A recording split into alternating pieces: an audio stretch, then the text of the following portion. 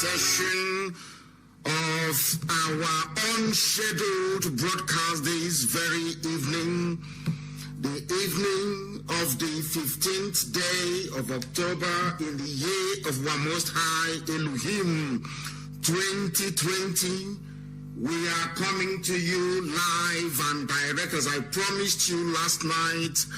Due to the frustration and disappointment from enemies of freedom, I promised all of you that I will broadcast in the morning and this evening and also tomorrow morning as well at 7 a.m. in the morning. Tomorrow I'll be live on air as well. I welcome each and every one of you, and as I welcome you, I encourage you to welcome other people as well, because Facebook does not send out any notifications anymore when I am live on air. They are suppressing the number of followers that we have. They are suppressing the number of people that like our page. So this evening, we came slightly more prepared than last night. Before I go on to pray or even to introduce myself, there is a very important announcement that I must make to ensure that our people are following this very program this evening, because we don't know what our enemies might do. That is the reason why today, unlike yesterday, we came prepared, very much prepared. Once again, we do have a backup, should I say, Facebook Live that we are using at Kosi Sochukwu Chibudo. We are using it this very evening. It is also live. We are live there. If they kick you out on my main page at NNAMDI, KANU, I am now telling you where to go to. And I want that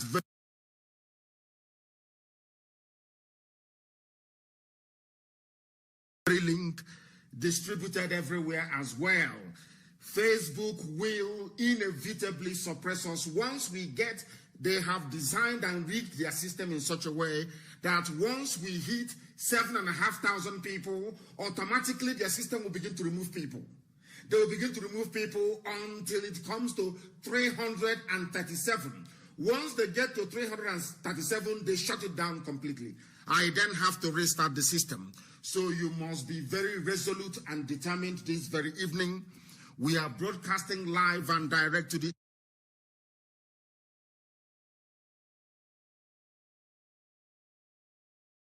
I then have to restart the system. So you must be very resolute and determined this very evening.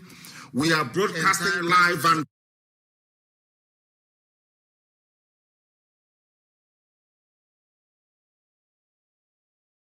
until it comes to 337. Once they get to 337, they shut it down completely. I then have to restart the system. So you must be very resolute and determined this very evening. We are broadcasting live, and please be aware that during this very live presentation this evening of the 15th of October 2020, Facebook is going to suppress our audience numbers. They will remove some of you.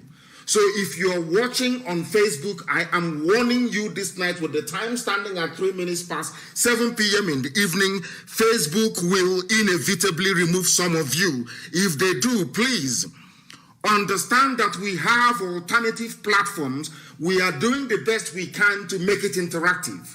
We have an app out already that is interactive, that when I'm live broadcasting, you can chat with me, but we have not secured the copyrights to it. We need to secure the copyrights to it for us to be able to use it, so that when DSS and our enemies and saboteurs, even those on Feeding Bottle, when they try to copy what we are doing, we can then take them to court and they will suffer for it. So this evening, we are on IPOB Community Radio app. You must have that on your phone. IPOB Community Radio app. If you're kicked out of Facebook, that is where you can listen to us. We are also on Radio Biafra app. We are on Radio Biafra app. Please do bear that in mind. Very, very important, please. We are on Radio Biafra app as well. We are on Radio Garden. It's an app. Radio then Garden. It is also an app you must download.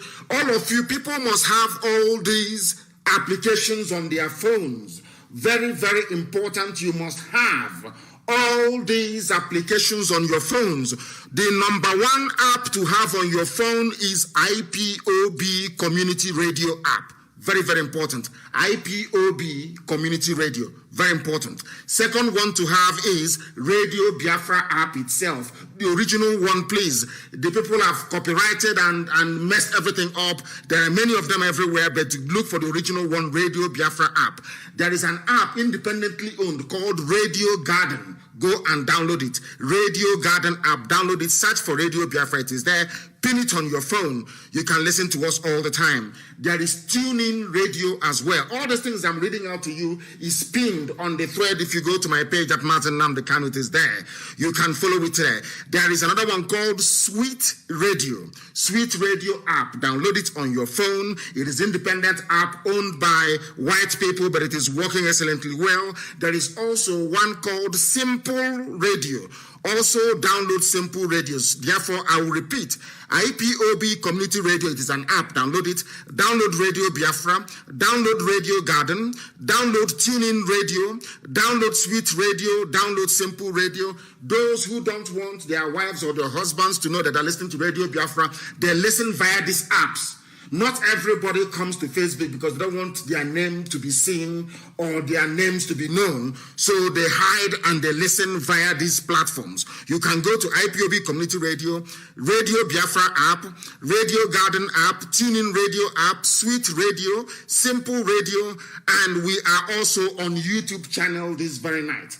We are on YouTube channel this very night. I don't know who is responsible for switching that on. They have not done so. They should hurry up and switch on the YouTube channel. We are on satellite as well. In this era of demonstration after demonstration, that those gallant young girls and young boys are doing everybody proud all over the whole world. They need your support. Go and get a strong decoder. You can follow what we are doing live on satellite. And I'm sure that Biafra Television is also screening and showing some of those protests as they unfold. There is FM in Lagos tonight. There is also FM in some parts of KANU and also in Abuja. People are listening, and as I did promise you, before the next 3 weeks, there will be FM station also in Daura, as I promised them, and it is going to happen. I welcome each and every one of you this evening. Later on, our lines are going to be opened up. I will quickly skim through things. Our topic today is the same thing. We must commend the bravery of the young men and women risking their lives to make the life of every other person better. We must commend them. Our lines will open later on, and before it opens, I will announce it live on air that all of you may be able to know. That all of you may be able to know. Very, very important, please. We know that some of you are, and even some are sleeping outside tonight. Some are sleeping outside tonight. Some are sleeping outside tonight. I don't know what happened. We were live a short while ago. I don't know what happened on Kosi Sochikuchu, but of course we are back there again. Please try and rejoin there if there is a problem. Try and rejoin. You know that Facebook is doing all they can to suppress our posts. They are doing all they can to make life difficult for us. My name is NNAMDI. This is a live presentation this evening as it was this early morning. We are live and we are direct. I am the leader of IPOB, the indigenous people of Biafra, all over this very planet Earth. Banon, the director of Radio Biafra, and also Biafra Television. I welcome each and every one of you. I do apologize for having not greeted you first before proceeding, but it is because of the wickedness, the cruelty, the enormity of the absurdity of Facebook that led me to start this program that very way. Kosi Sochukuchibude is back on again. They will try to suppress us, but we must continue. I welcome each and every one of you. Good morning, good afternoon, good evening, and good night to some of you. We are proceeding this very night to preach the gospel of heaven, this gospel that was ordained to be preached by the sons of men on this very earth. As I told you earlier, this very gospel shall set you free, and this very gospel has set our people free. And that freedom is what they are at the very end of getting at this very moment. We have woken up people. We have woken up the young ones. They can now reason properly. Somebody was saying to me, how come you're now calling them brave? I said they are brave because they have listened. At the very end of getting at this very moment, we have woken up people. We have woken up the young ones. They can now reason properly. Somebody was saying to me, how come you're now calling them brave? I said they are brave because they have listened. In the damnable zoological republic, I refer to them as Nigerians and not as animals because they no longer behave like animals. Now they are behaving like human beings. And if you behave like a human being, you will be respected like a human being. And given what they have done, what they have continued to sustain for a week, I think that they deserve it. They deserve every accolade and they deserve every praise. That is why we do what we do. We are not rigidly welded to our doctrine.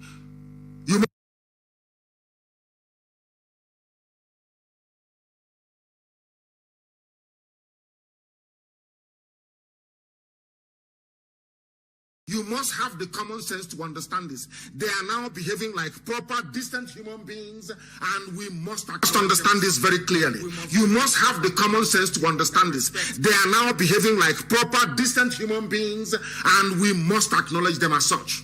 We must give them that honor and that due and that respect. Anybody who is participating in this ongoing protest deserves praise, and we must praise them accordingly.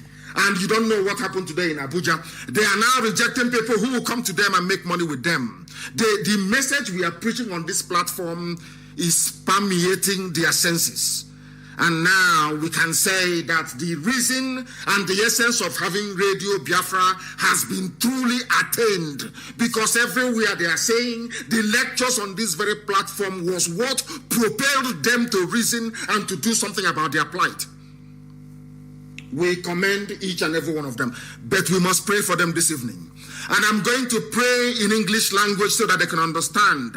Everybody who is out there protesting, everybody who is sleeping outside, you're a young man, you're a young woman, you are a hero, and we are going to pray for you this very evening to continue this very excellent work you're doing. You don't understand the importance of what you're doing until the end of this very race.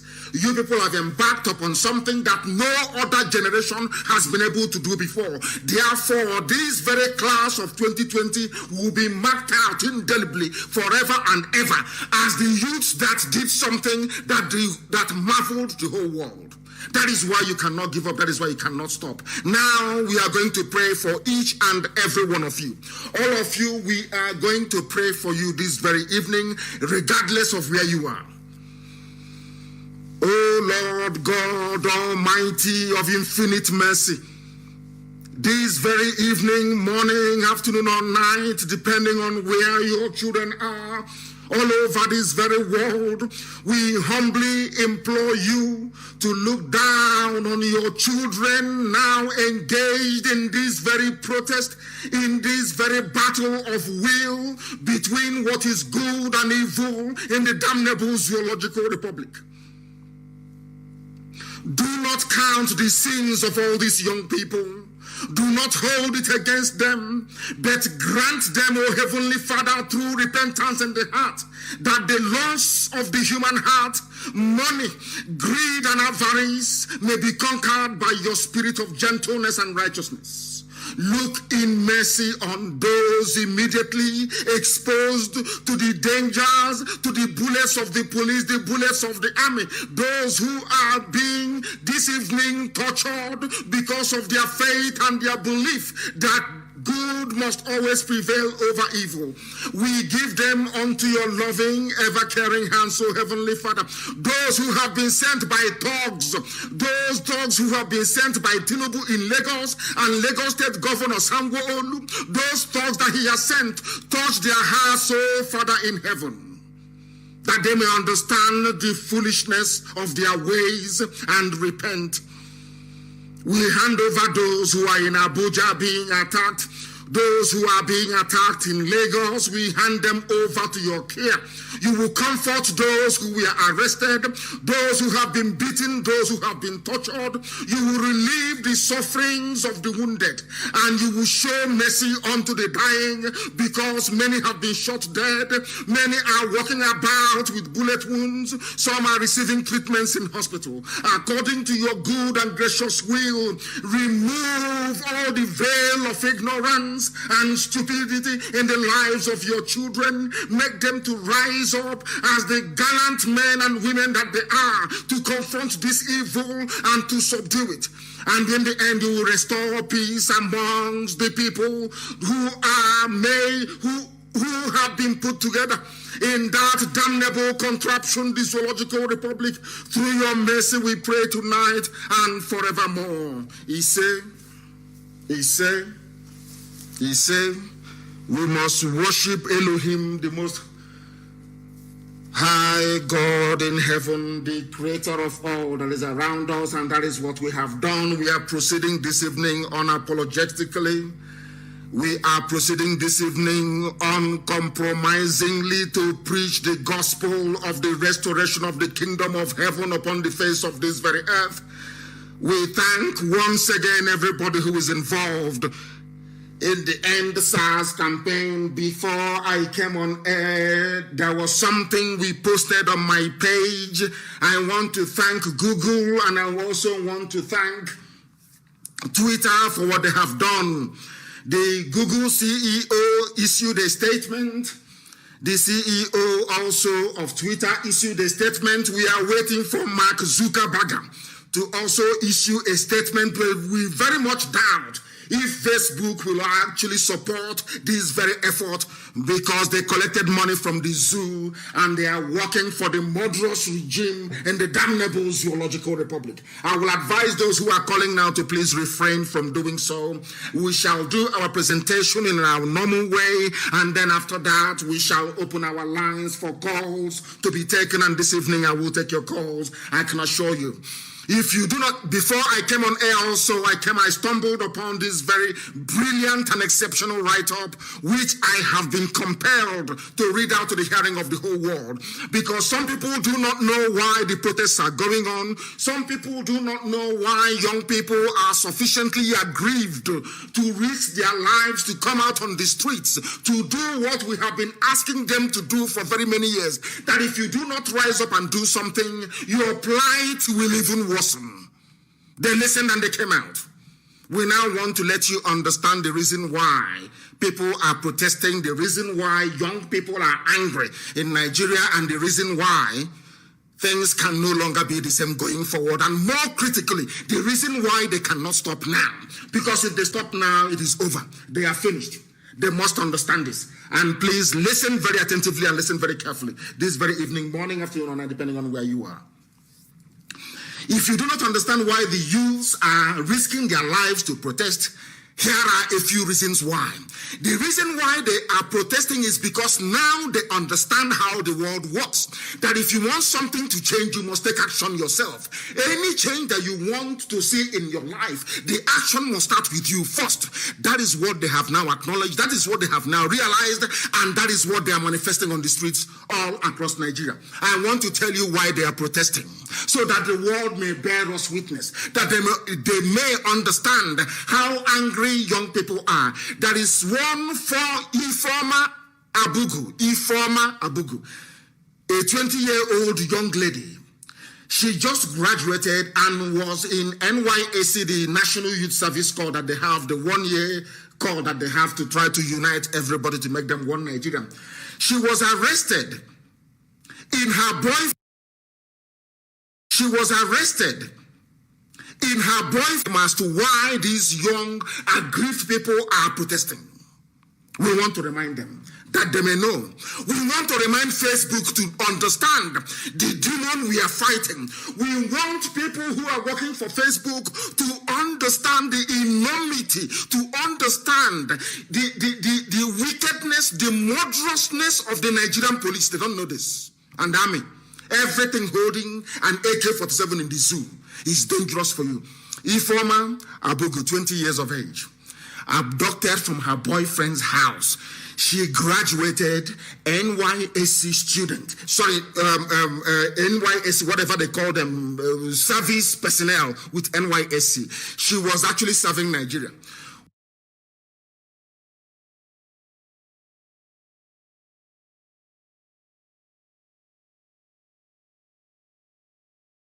Service personnel with NYSC. She was actually serving Nigeria. When the same people that she was serving as whatever they call it, she was raped to death by the same police. Justice has not prevailed. She died in SARS custody. If Ifeoma was your daughter, how would you feel? I want to ask every senator, every governor who is in support, Sanwo-Olu in Lagos State who went and hired thugs from Mushin to go and disrupt protesters. I want to ask Sanwo-Olu, if your daughter was raped to death by SARS, how would you feel? How would you feel as a father? If your first daughter, Otedola, who is an oil magnate, if any of your daughters that you bought Ferrari for was raped to death by men of SARS, what would you say? Do you understand why people are protesting now? Lawan, the president of the Azul Senate, do you now understand why people are protesting? Those who work for Facebook, busy suppressing posts, I wish that SARS can rape your children to death the same way that Ifeoma was raped to death. So you understand the level of rage and anger in young people. You don't understand it. Because it has never affected you before. The second person is God gift. This is just a snapshot. We have killed thousands and sold their organs to Indians. And you're asking them to leave the streets to come back and do what? To more rapes and more death and more extortion. Is that what you're asking them to leave the streets for? They have started and they must finish it. That is God gift Ferguson, Ekerete, 24. Tony Oruama, 21. Harry Ataria, 26. They were all arrested during a raid and then killed in detention that same day on 3rd of July of 2008. They were falsely accused of being armed robbers and cultists. The police officers responsible are still free, roaming the streets. If they are guilty, is it the job of the police to execute them? They were taken and executed in cold blood, their organs harvested and sent to India. For those of you who don't want transplant, I hope you're following. In case you come out tomorrow morning, oh, this is too much, I'm losing my business. People lost their lives at the hands of these savages. People lost their lives at the hands of these SARS. So you don't even understand what the parents are going through. There is Kolade Johnson. Kolade Johnson was killed on the 31st of March of 2019 by a SARS officer for looking like a fraudster. The reason why he was killed is that his appearance looked like a Yahoo boy, like a fraudster. Because of that, he was killed. But he left his home to go and watch Liverpool match versus Tottenham Hotspur and never returned. The officers responsible are still free, roaming the streets. No justice whatsoever. None whatsoever. Now I'm asking those who are asking people to stop protesting, what is going to happen to the officers that raped and killed Ifeoma, that killed God gift Ekerete, Tony Oruama, Harry Ataria, that killed Kolade Johnson? What is going to happen to them? No, they're join SWAT? Nothing. So before people are called off the streets, there must be a public inquiry. There will be a public inquiry televised for the whole world to see. DPOs, the commissioners of police, will be called to testify before the whole world why they were killing people's children, killing their sons and their daughters. Most of them are graduates, no jobs. You gave them no jobs. You denied them opportunities to become human beings. And yet you killed them. And you're asking them to come off the streets. We are continuing. There is Chibike Anams. He is 23 years of age. Chibike had his life cut short on the 24th of July 2009 when the Nigerian police raided a guest house in Iguacha, that is River State. After several searches at the police station, his family later found out about his death. The police has refused to comment on his death till this very day. And you know the worst thing that can happen to us is to kill us and then to take our bodies away. Because we do not believe that anybody who is dead should be left elsewhere, his soul roaming all over the place. He must be interred and put into the ground. We don't cremate, we bury people in the ground. As Chukwukika, God Almighty in heaven, instructed our ancestors to. You must understand what is happening. You must understand the anger, the level of anger that people have in them. That anger is now boiling over onto the streets. Imagine if you're the father or the mother of Chibike Anams, only 23 years of age.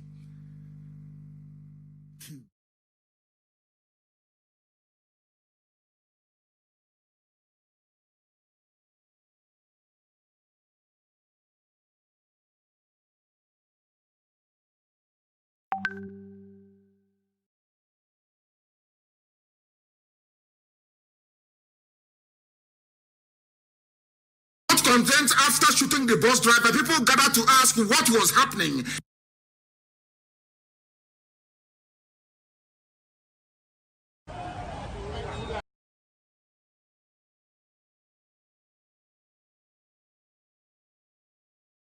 Content after shooting the bus driver, people gathered to ask what was happening.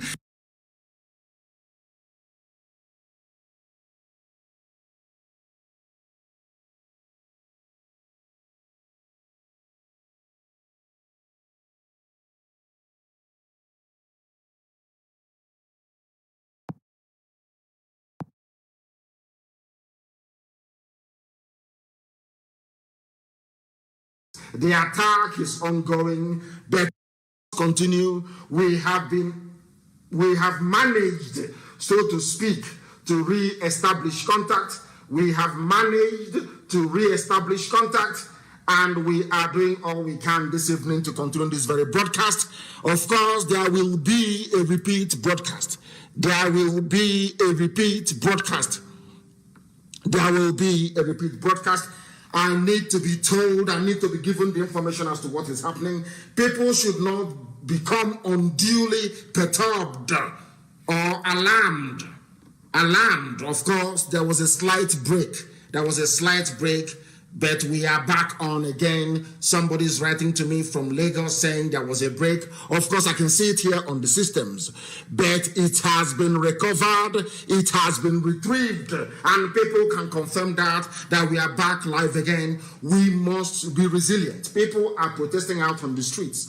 If you're listening to our broadcast this very evening, they are not going to control this very broadcast. Of course, there will be a repeat broadcast. There will be a repeat broadcast. There will be a repeat broadcast. I need to be told, I need to be given the information as to what is happening. People should not become unduly perturbed or alarmed. Alarmed, of course, there was a slight break. But we are back on again. Somebody's writing to me from Lagos saying there was a break. Of course, I can see it here on the systems. But it has been recovered. It has been retrieved. And people can confirm that we are back live again. We must be resilient. People are protesting out on the streets. If you're listening to our broadcast this very evening, they are not going to control this very broadcast.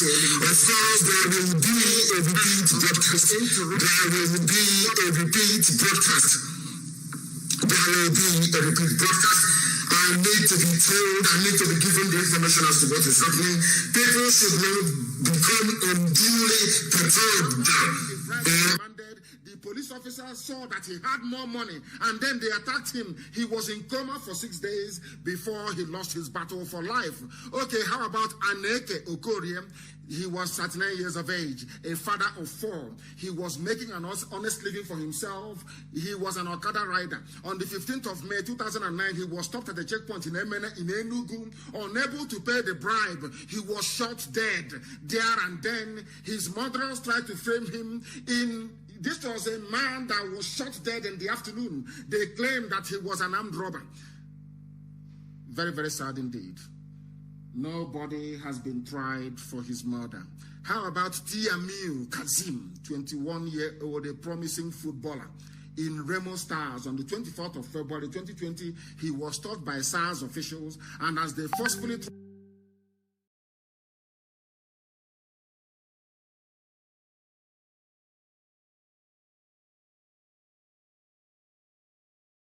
tried to take him into custody, he fell out of the SARS vehicle and was run over by a motor car that was coming behind. 5 more people were killed. That is what they used to do. People are wondering, why are young people pouring out onto the streets? Because before, if you protest in an isolated fashion or manner, they will kill those of you there. So the best thing to do is spontaneous uprising of anger and rage, and that is what the whole world is witnessing right now, and that is why they must remain on the streets. For somebody like Thomas Mabu Ni, 20 years of age, they killed him November 2011. He was hit by a stray bullet while taking his bath at home. He was in his home. People would have thought that being at home would have been the safest place. He was at home having his shower. A police bullet came from nowhere and struck him. Went to deposit his body at the mortuary. They were not even allowed to retrieve his body because they complained to the police and said, you shot our boy and you took him away. Where is his body? They couldn't even show the parents. That is Nigeria for you. One Nigeria for you. That is what they do to your children, if you don't know. How about Peter Chibozo? He was a Uniport student, University of Iguacha, University of Port Harcourt, they call it. He was killed on the 11th of April 2016 during a students' protest organized to oppose the increase in school fees. The same politicians today who are asking you to leave the streets. When you protested against the increase of your fees, they asked people to go and kill you. Chibozo was killed. He was killed. He was reading management sciences at the time of his death. His killers are nowhere to be found. How about Daniel Ikaguchi? He was only 20 years of age, and his friends were waiting for him outside a hotel for a taxi in Iguacha when he saw SARS officer and ran away in fear of being arrested or extorted. The officers accused him of being a criminal and an armed robber, and his friend was unpacking his bag for searching, because when they arrest you, they say, we need to search your bags. They were searching his bags, and in the process, they shot Daniel. They were then arrested, and Daniel was given no medical attention. When his family heard about it, it was too late. He was already dead. How about Linda? They don't even discriminate if you're a boy, if you're a girl. That is why every boy, every girl must be out on the streets protesting. This one is Linda Igwetu.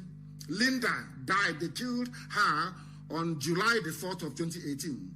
She just finished her youth service in Abuja. They hate young people. You know this Janjaweed. They are full, and these are terrorists. They hate you. Once they see that you're a graduate, you are from the south, and you're doing a bit well, you are gone. They will kill you. Killed by a SARS officer.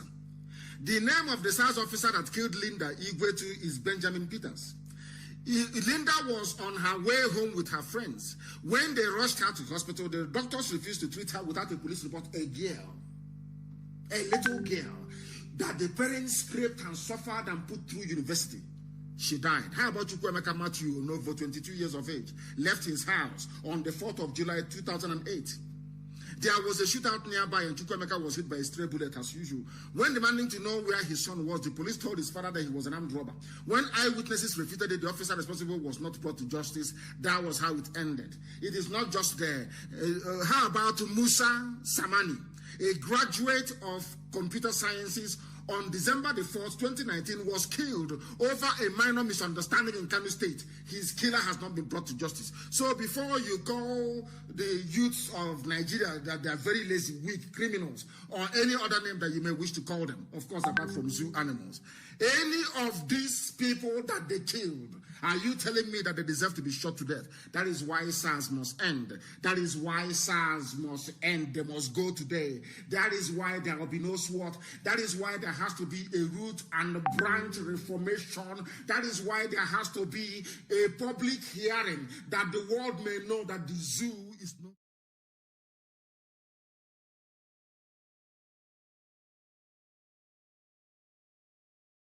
Very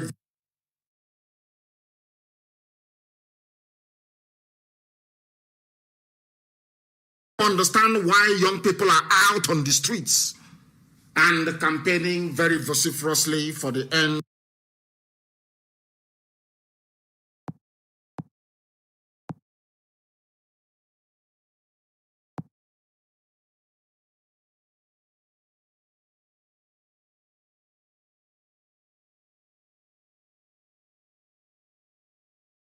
And campaigning very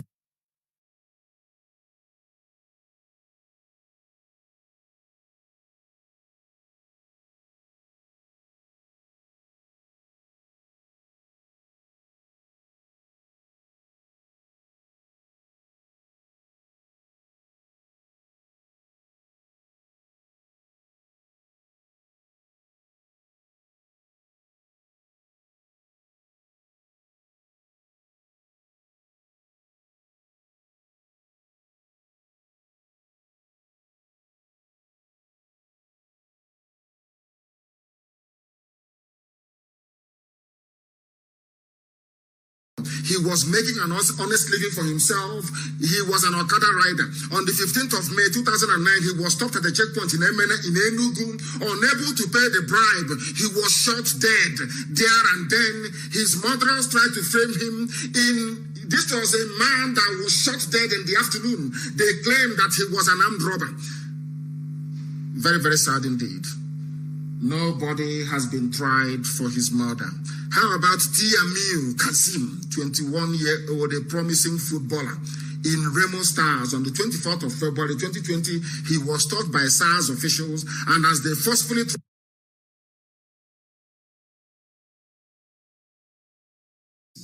try and bear with us. Try and bear with us. Yes, we are back on again, and we are good to go once again.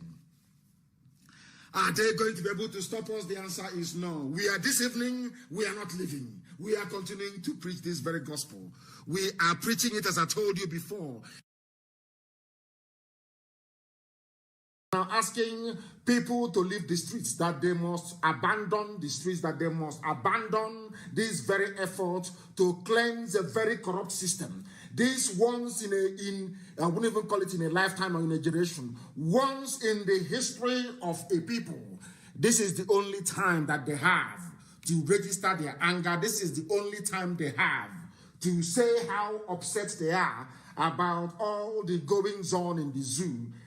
The president of the Senate, Ahmad Lawan, on Thursday, advised the anti-SARS protesters. He advised them to end the agitations on the streets. He said it will enable President Major General Muhammadu Buhari, who is in a grave in Saudi Arabia, to work on the implementation of their five-point agenda. Is that how it works?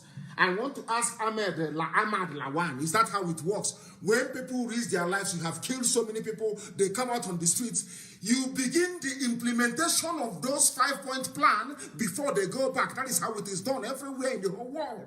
When people are protesting against injustice and they are out on the streets, you need to pacify them. You need to meet all their demands before they go back home. It happened in Mali. Today they said somebody is briefing Asorok over what is happening in Mali. The Malians came out on the streets of their capital and said enough is enough, until the corrupt regime, the corrupt Janjaweed, the Fulani regime was overthrown. That is a fact of life. Now, Lawan, who has not lost the son or the daughter to SARS are even the ones protecting him. He's asking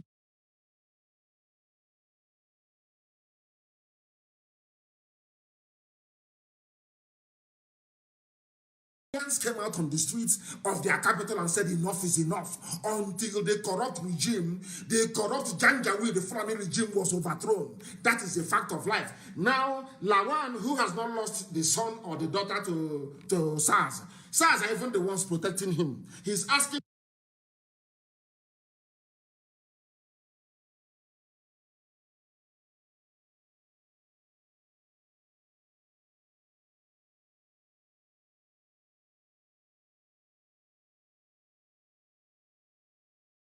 a SARS officer. The name of the SARS officer that killed Linda Igwetu is Benjamin Peters. Linda was on her way home with her friends. When they rushed her to the hospital, the doctors refused to treat her without a police report. A little girl that the parents scraped and suffered and put through university. She died. How about Chukwuemeka Matthew Novo, 22 years of age, left his house on the 4th of July 2008. There was a shootout nearby and Chukwuemeka was hit by a stray bullet as usual. When demanding to know where his son was, the police told his father that he was an armed robber. When eyewitnesses refuted it, the officer responsible was not brought to justice. That was how it ended. It is not just there. How about Musa Samani? The only radio station.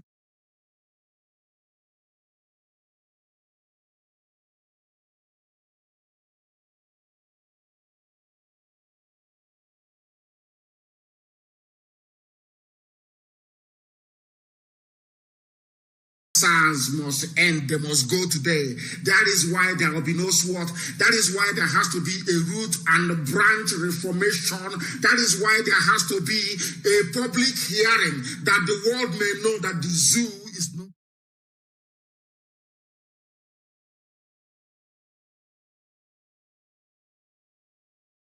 Very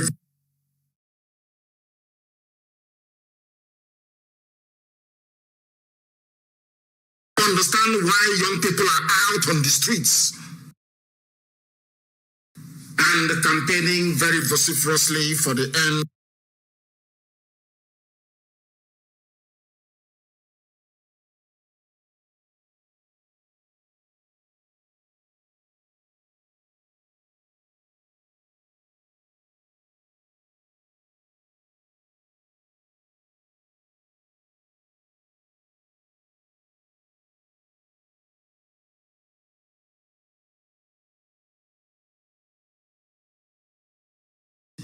President of their Senate, he is asking them to go home, to allow a dead man listening. That is the reason why they keep... the only radio station.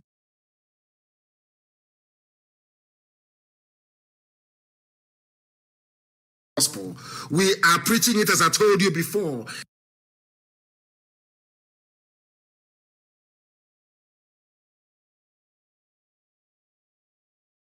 Try and bear with us. He was making an honest living for himself. He was an 15th of May 2009, he was stopped at the checkpoint in Enugu, unable to pay the bribe. He was shot dead there and then. His mothers tried to frame him in. This was a man that was shot dead in the afternoon. They claimed that he was an armed robber. Very, very sad indeed. Nobody has been tried for his murder. How about Tiamiu Kasim, 21-year-old, a promising footballer in Remo Stars? On the 24th of February 2020, he was stopped by SARS officials, and as they forcefully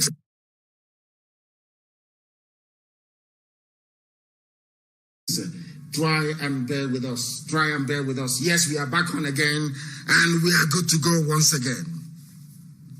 Are they going to be able to stop us? The answer is no. This evening, we are not leaving. We are continuing to preach this very gospel. We are preaching it as I told you before. Asking people to leave the streets, that they must abandon the streets, that they must abandon this very effort to cleanse a very corrupt system.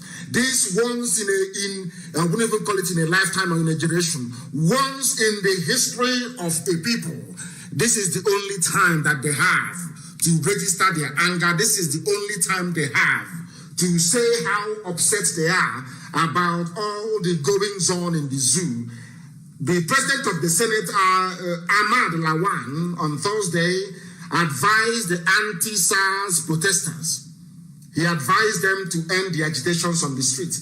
He said it will enable President Major General Muhammadu Buhari, who is in a grave in Saudi Arabia, to work on the implementation of their five-point agenda. Is that how it works? I want to ask Ahmad Lawan, is that how it works? When people risk their lives, you have killed so many people, they come out on the streets, you begin the implementation of those five-point plan before they go back. That is how it is done everywhere in the whole world.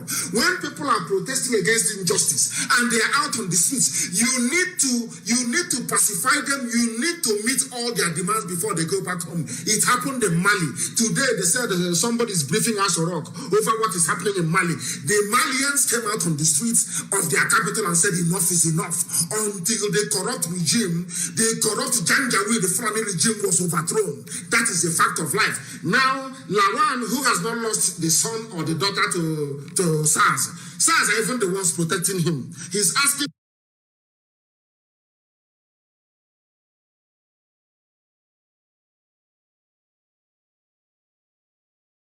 came out on the streets of their capital and said enough is enough, until the corrupt regime, the corrupt Janjaweed, the Fulani regime was overthrown. That is a fact of life. Now, Lawan, who has not lost the program today, we are going to finish it. We are going to finish it. People shouldn't despair. We are going to broadcast until we come to the end of our program today. We are not going anywhere. That is one thing our enemies must understand. We are live and we are that we are not going anywhere. As I was saying before the rude interruption from the forces of darkness and iniquity, I want to make it abundantly clear that we are back.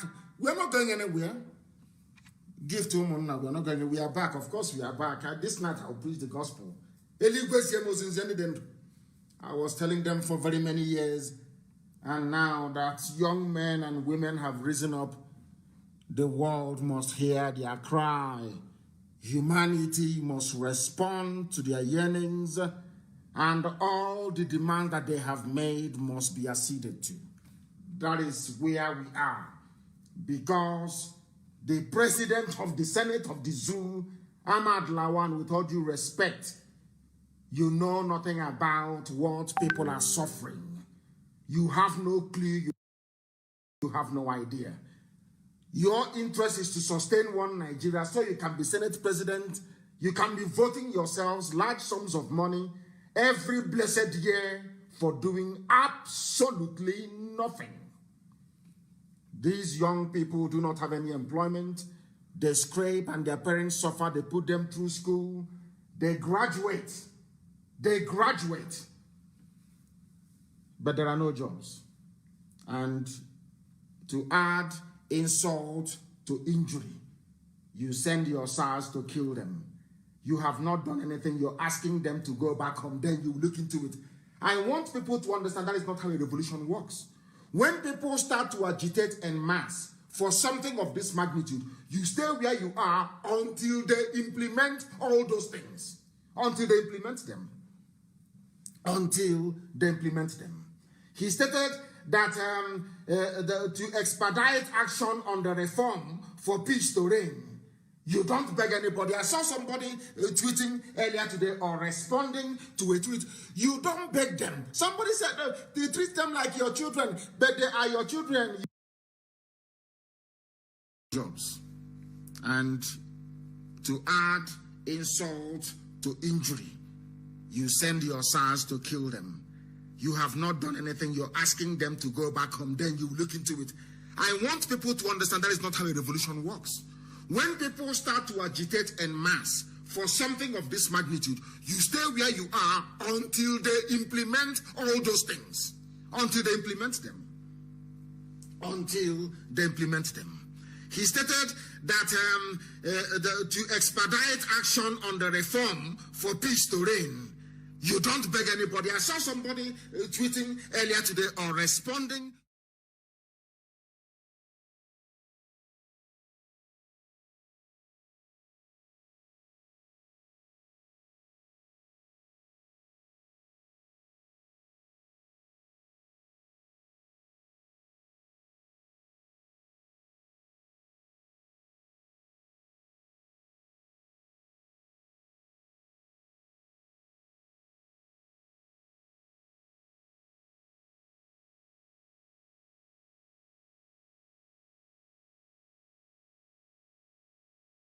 They treat them like your children, but they are your children.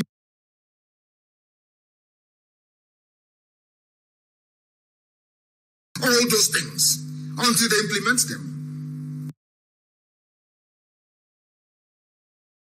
For peace to reign, you don't beg anybody. I saw somebody tweeting earlier today or responding to a tweet. You don't beg them. Somebody said they treat them like your children, but they are your children.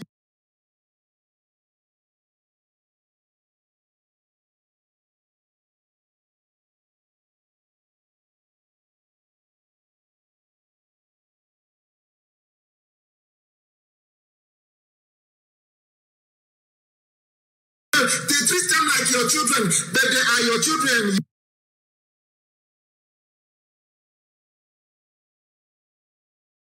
All those things until they implement them. For peace to reign, you don't beg anybody. I saw somebody tweeting earlier today or responding to a tweet. You don't beg them. Somebody said they treat them like your children, but they are your children.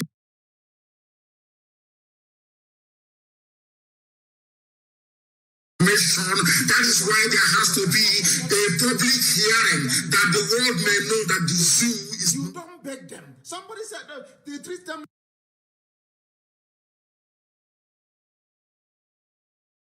Very.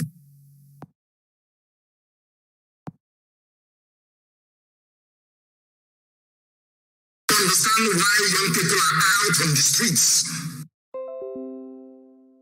and campaigning very vociferously for the end, that we may be very, very close to fixing it this very evening. Our enemies are not resting. Our enemies are not resting, but we are preaching this gospel all the same. We are doing all we can. This is amazing, isn't it? This is amazing. Every 10 minutes they try to cut us off. He is asking them to, but we are going to preach this very gospel this evening. Please do bear with us. I believe that the systems are okay now. All systems are go. We are live and we are direct. Elohim is in heaven presiding over our proceedings on this very earth. We must preach this very gospel. We are back once again. We are back on all our platforms.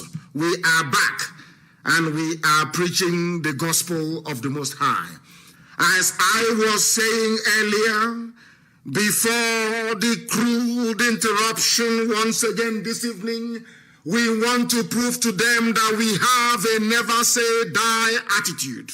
Our attitude is never say die. This evening I am going to preach this very gospel that I have been mandated to preach, and nothing is going to stop it. Even if it means having no calls this evening, so be it. But I must preach this very gospel. It must be preached, and humanity must hear us. They must hear us. There is nothing they can do about it. Absolutely nothing. We must preach this very gospel, and I will proceed. As I was saying, Ahmad Lawan is the president of the Zoo Senate. They are asking people to leave the streets. How can they leave the streets when there is no resolution of the issue? And I must tell those who are protesting, the brave men and women who are out on the streets risking their lives, those who are in hospitals, remember, if you lose this opportunity, it will never come again. This is your only chance to catalog and to tabulate all your grievances and your demands. If you abandon this very effort, anybody coming out tomorrow, they will say no, that they are not serious, that we can buy them out, we can outstay them, so to speak. They will employ the same tactics of getting their thugs, getting their Senate president, talking rubbish all the time, and you go back home. If you abandon the streets now, you are finished. You are never, ever going to be able to survive again. All our platforms should be working. The person responsible for YouTube should please try and switch it back on again.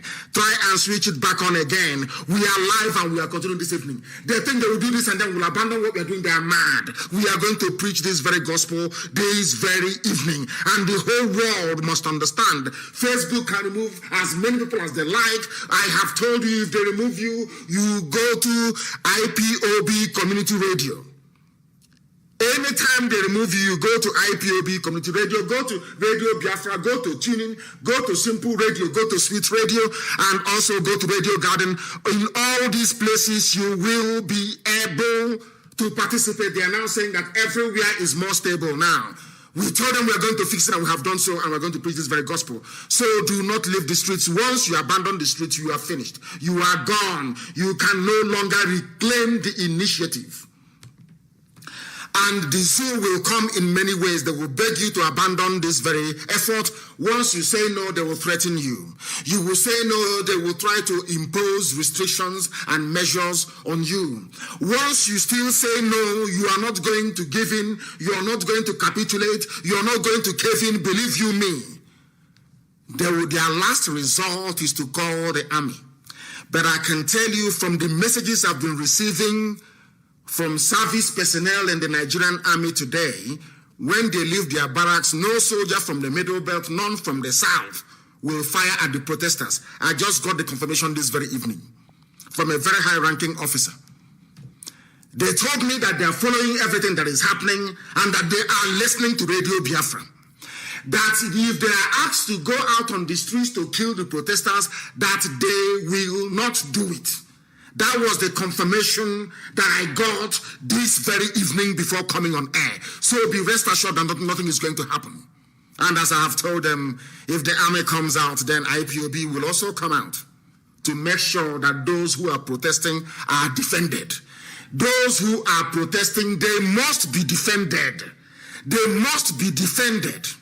And we are going to do so. Therefore, these protests will continue unabated until the results begin to trickle in. Rather than asking them or saying, we are going to ban you, you should try and accede to their demands. It's as simple as that. This evening, I'm beginning to news that the Federal Capital Territory in Abuja has banned protests. They have banned protests, yes, because it is not favoring them. You see the way they behave, the Janjaweed. Abuja is baggy land. People in Abuja are listening this very evening. It is a baggy land. It doesn't belong to Fulani. It doesn't belong to the Janjaweed. They must rise up now. I'm not even talking about the End SARS protesters. People must rise up now and tell those in Federal Capital Territory that it is the baggy people, that the baggy nation that owns Abuja and not Fulani Janjaweed. Now is the time to do it. All of you who are in Abuja, who have been claiming marginalization for very many years, go out now on the streets and support those who are fighting for you, those brave men and women who are on the streets fighting. Go and support them.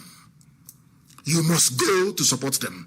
Very, very important, very, very critical.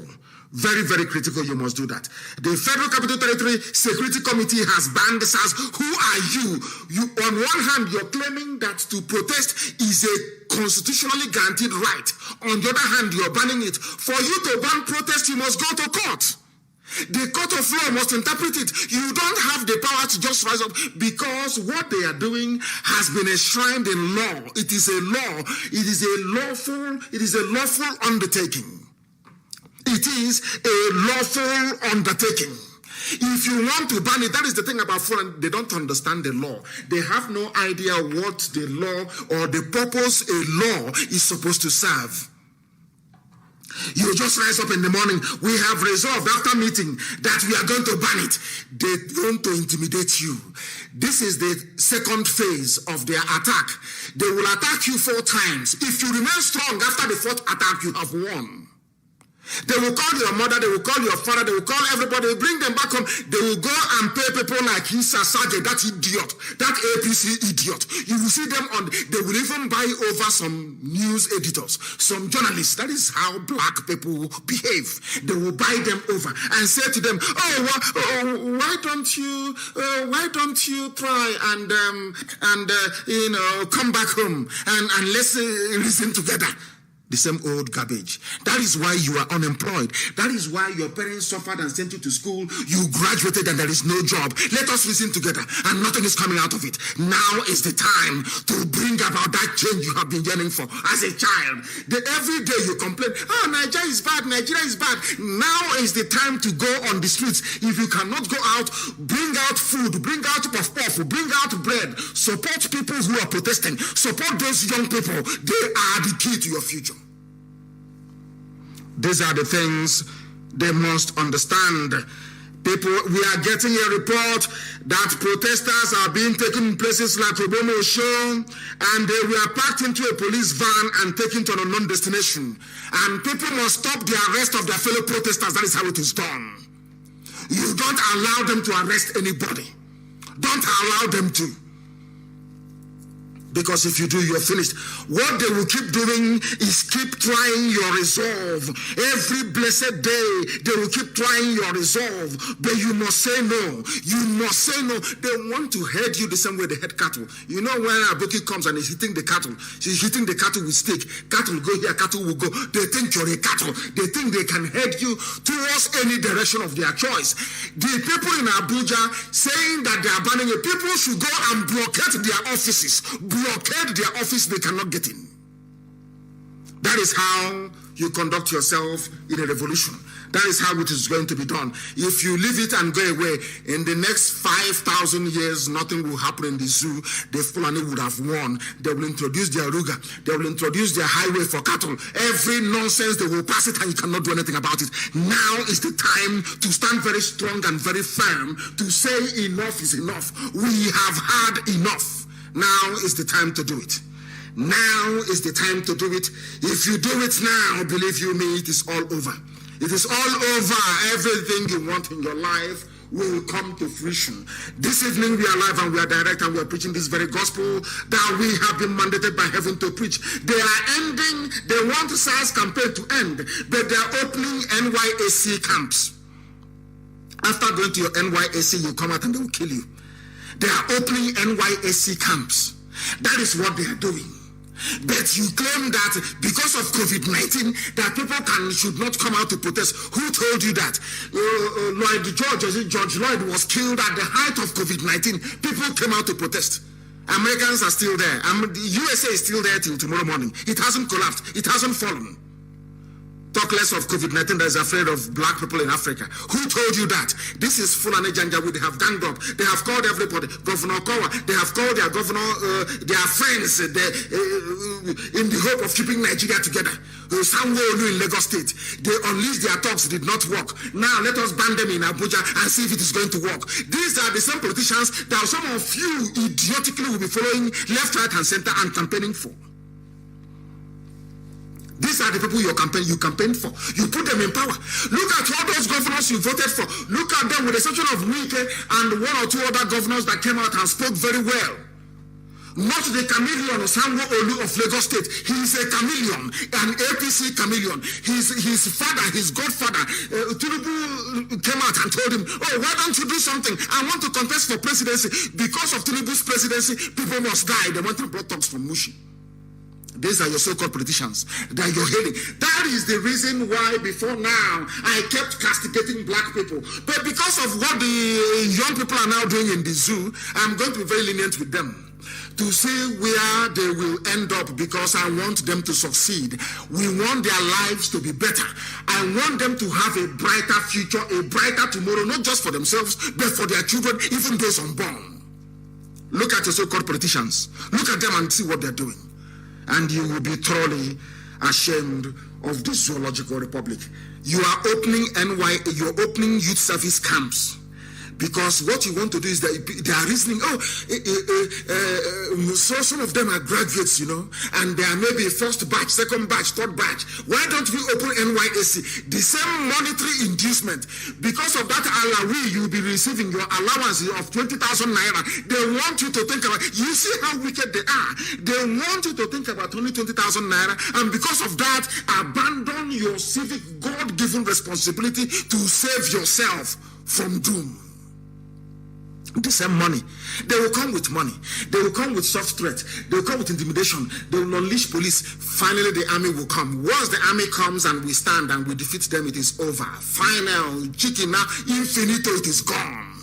Life will no longer be the same again in Nigeria. It is changed forever and ever. So be prepared for it. They are going to come. You must remain resolute. You must remain determined, because they are going to come. They will come. That is who they are. You're ending protests in Abuja because of COVID-19.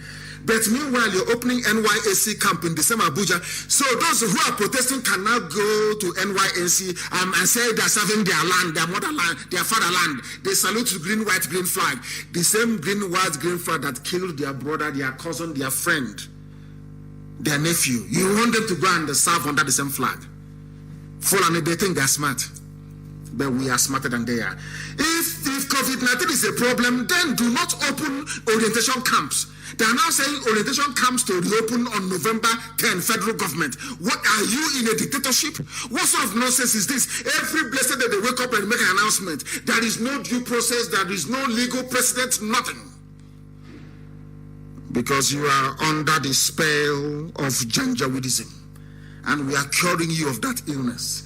That disease, we are curing you of that. Because the zoo, if you allow it to stand, you will die. You will fall. It's either the zoo falls or you fall. You must understand that. Instead of them to say, oh, let us try and listen to their demands. Let us try and see what these young people are saying, if there is merit. Of course there is merit in it. If there is no merit in it, because when somebody does good, I praise them. You do bad and you get the treatment from us. Today, I must say that after our morning broadcast today, Obiano came out and did something that I personally never expected him to do. This is how politicians behave, or should behave. You react to the people.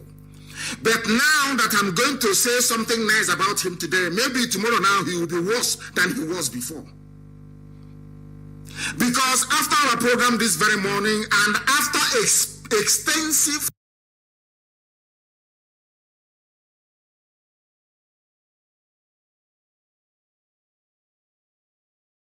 or should behave, you react to the people. But now that I'm going to say something nice about him today, maybe tomorrow now he will be worse than he was before. Because after our program this very morning, and after extensive commentary and trailing, is how politicians behave. James Wafo, the evil SARS in Okuzu. Obiano today sacked James Wafo as his personal security, his senior special aide on security. And he said he is going to grant the demands of the Anambra youths that stormed government house. I hope the demand doesn't mean calling one or two people by the side and giving them money. That is what they always do. The nationwide protest against police brutality today claimed its major victim when the governor of Anambra State, Chief Willie Obiano, sacked former commanding officer of the disbanded Special Anti-Robbery Squad, SARS in Okuzu, CSP James Wafo. He's now retired.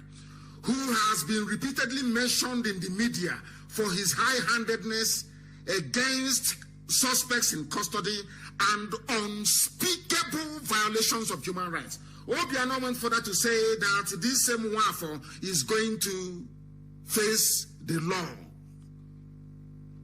I never believed in my life that will come on air to say that Obiano has done something nice. But that's what I'm doing tonight. That this is how people who have been elected into offices should be behaving. Not in a patronizing way, but to look at the cold, hard facts and take decisions. The evidence against James Wafo is overwhelming. He also announced the setting up a special panel headed by the State Attorney General and Commissioner for Justice to document all human rights violations and abuses by SARS with a view to getting justice for the victims and bringing closure to old injuries. This is how a politician is supposed to talk in any civilized society. I can't believe I'm saying this about Obiano, but we'll leave him to continue, because SARS was responsible for Mpo massacre as well. So we are waiting. It's not just to make this promise. We want this very panel to be set up within 14 days. Within 14 days. He has an opportunity now to remedy all the wrongs that he has done. He must set up this very panel of inquiry within 14 days. We asked Ugwani in Enugu to set up an inquiry. That hasn't happened till this very day. He must set up one immediately. You're talking about SARS, the same SARS that went to MNA and shot people dead.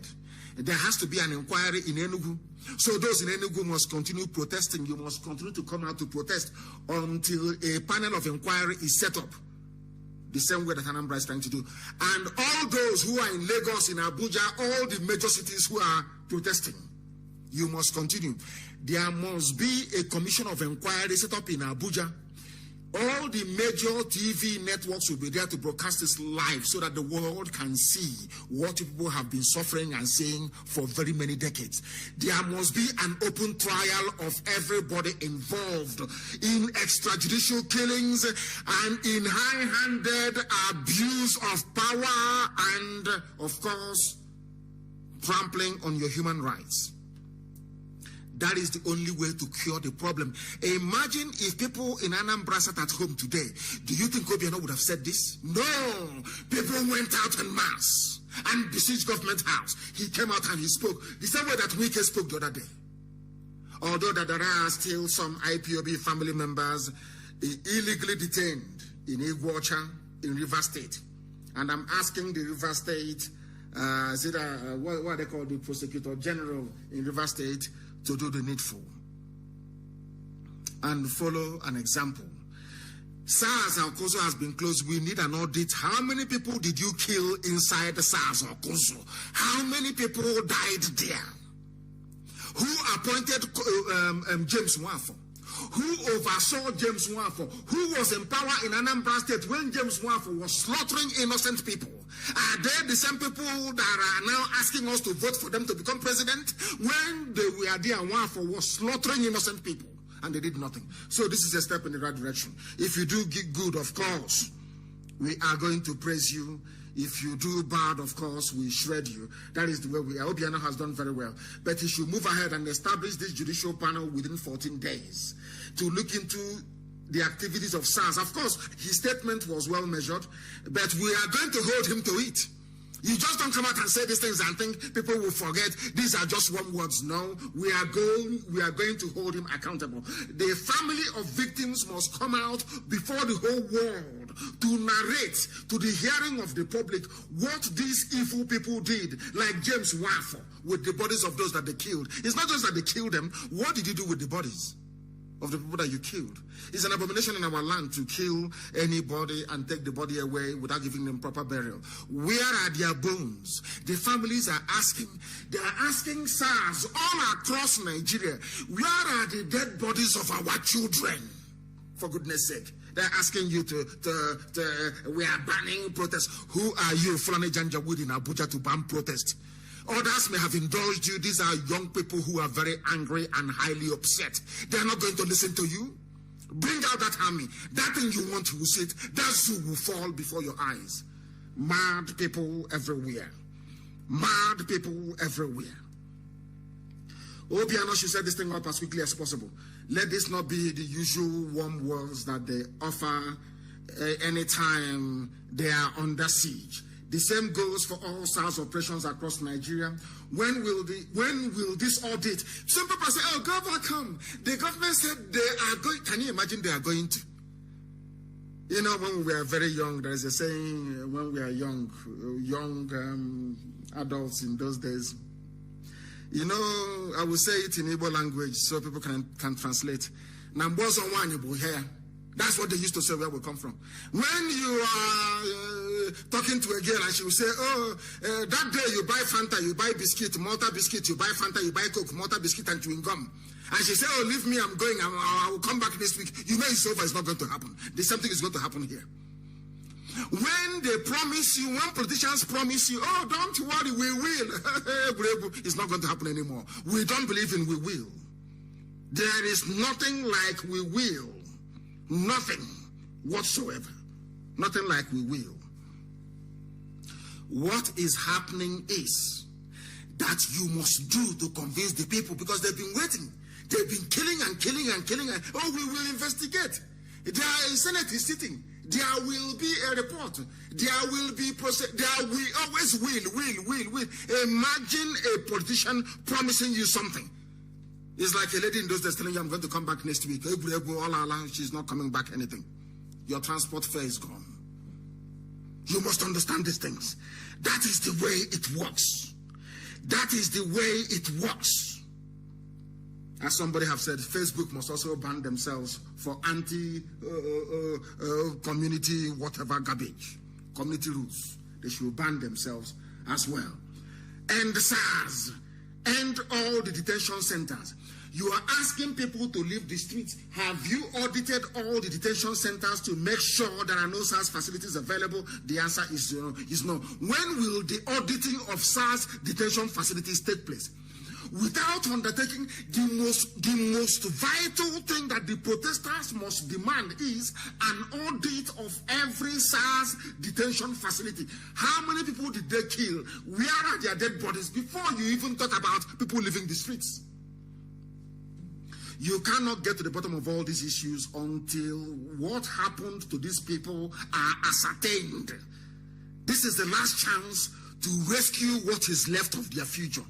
This is the very last chance to rescue what is left of the future of our children. And you're asking them to go in.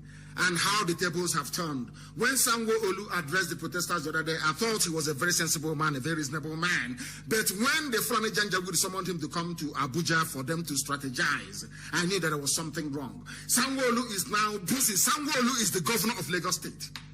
The same idiot talking about democracy, talking rubbish all the time. These are the people that want their master, Tinubu, to go and become president. If you're behaving like this against protesters, how? Look at the way that Obiano behaved. If you're behaving this way, is this how you want to be president of Nigeria? Is this it? I don't know what is wrong with these people. Sanwo-Olu, from speaking like a human being, he went to Mushi and rented thugs. He went to Mushi and rented thugs. These are Bola Ahmed Tinubu's thugs in Mushi.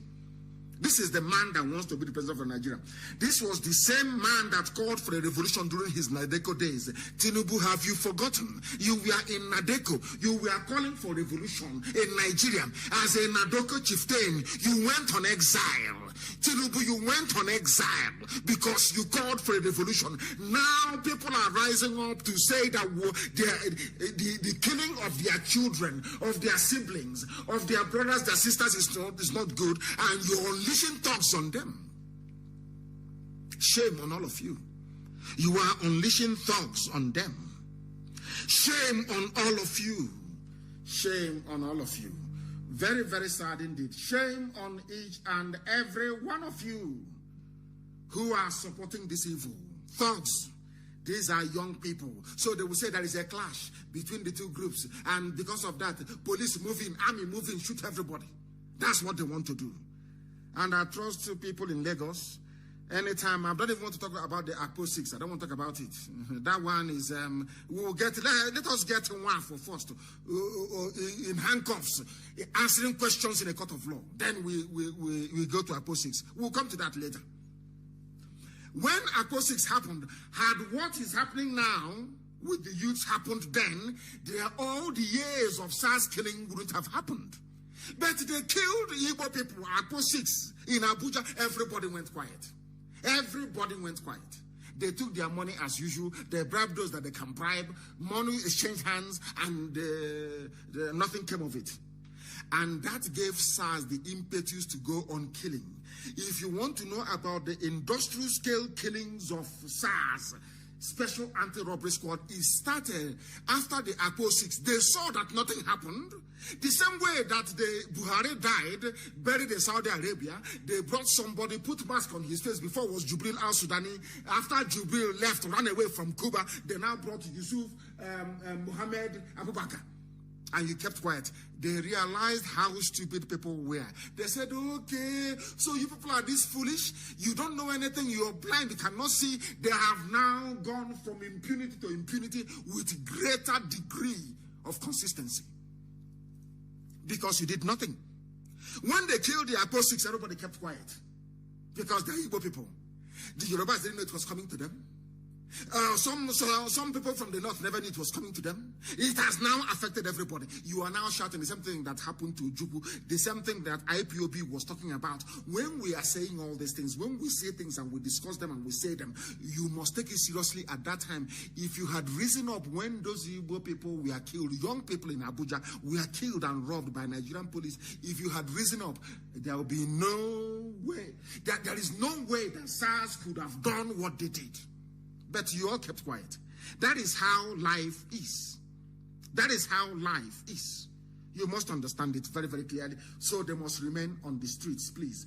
Very, very important until we get to the bottom of all these issues. Because not only that, people are saying, even as the protest is going on, SARS is still killing people. And you want them to stop.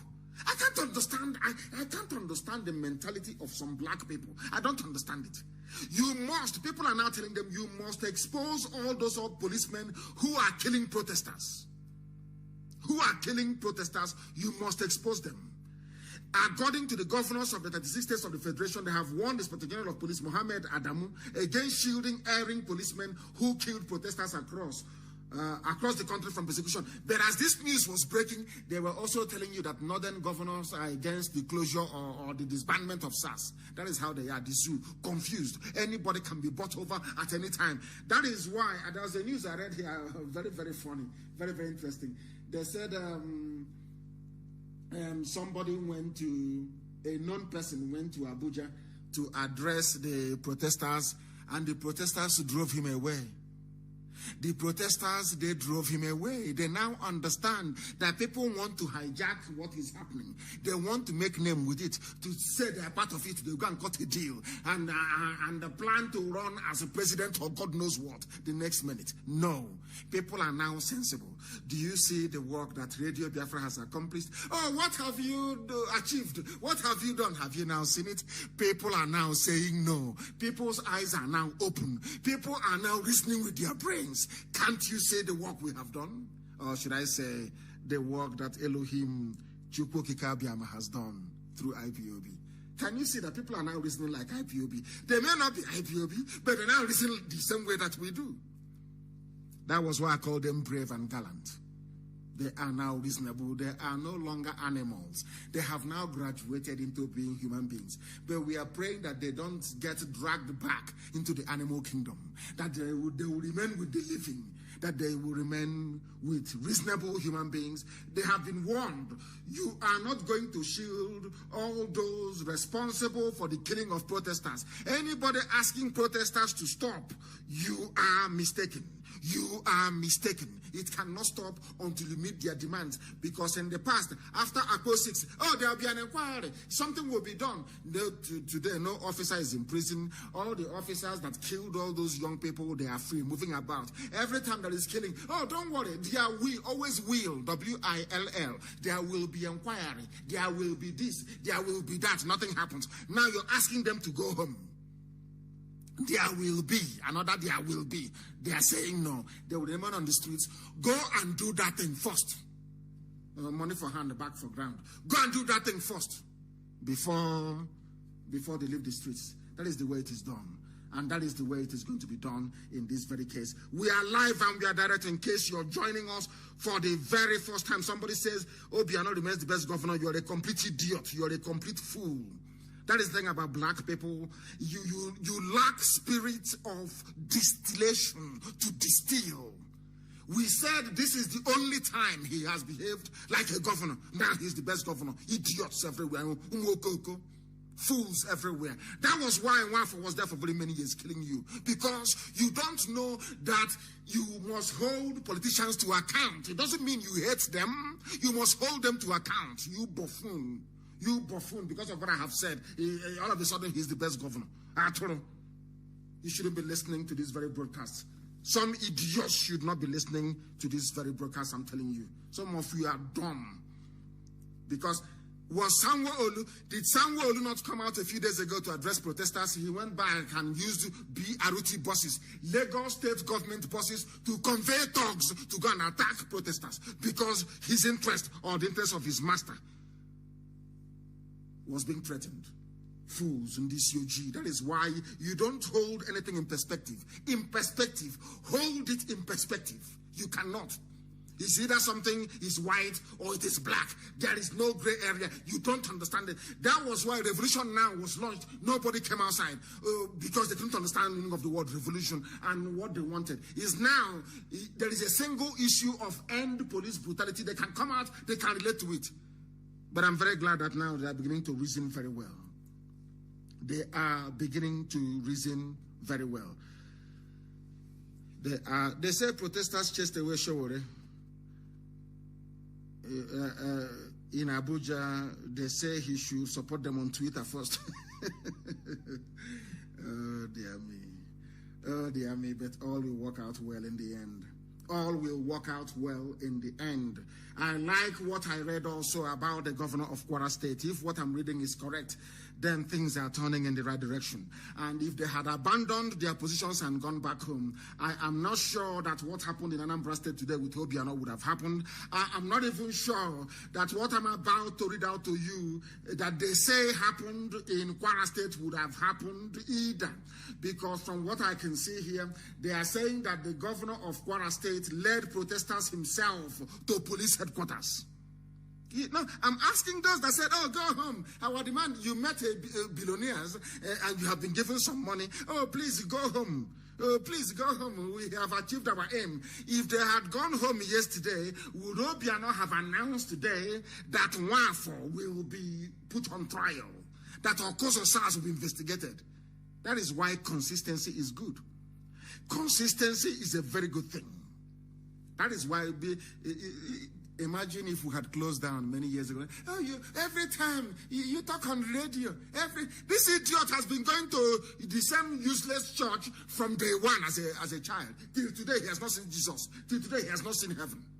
And he has no job at all. Do you see that now that we manage to sustain this momentum, that people's reasoning are now changing for the better? They now understand that we don't hate anybody. We don't despise anybody. Some of you may be shocked. There are some Fulani people that I have nothing against. It's the Janjaweed ruling cabal, the demons that you have in Fulani land that I'm against. People don't understand it. I remember a few years ago, oh, you hate Yoruba. I said, because you're very foolish, you don't understand. Nobody hates anybody. We need you to change. When we started this very project, they said he was rude, he's insulting Igbo people. I started with our own people. I started with the Igbos first, until they said to reason like human beings. Not that it is not that all we did was to awaken what they had inside them already.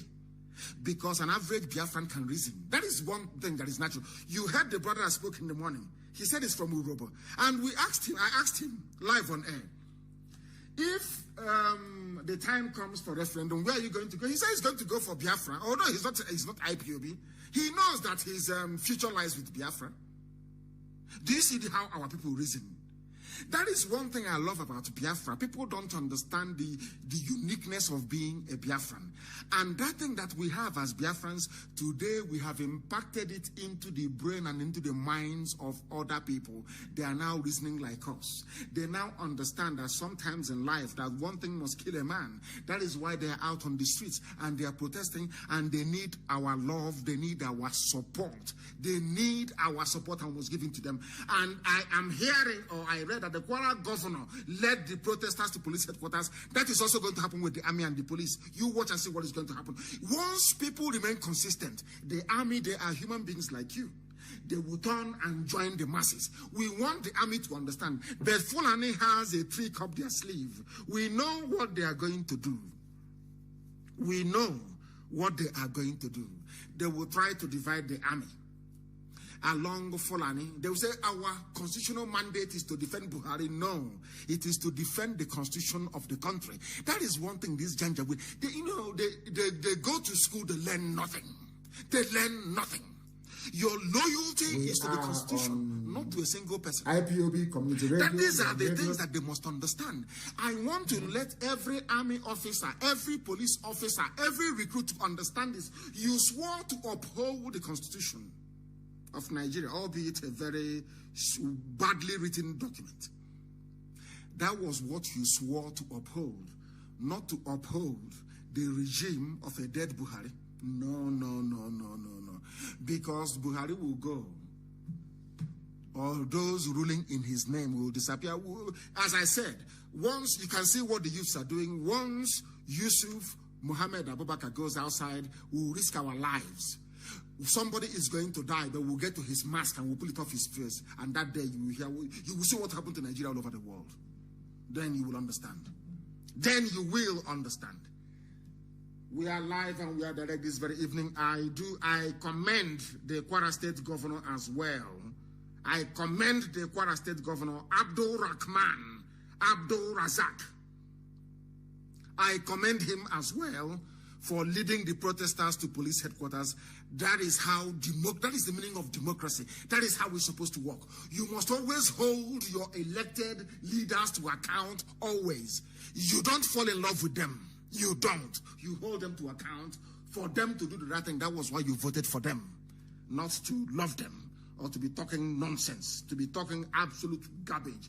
Everywhere that you go to, you must be very, very consistent, please. Very, very consistent. Absolutely consistent. By their fruits you shall know them. By their fruits you shall know them. Because the former U.S. ambassador to the zoo, Ambassador Campbell, he wrote an epistle.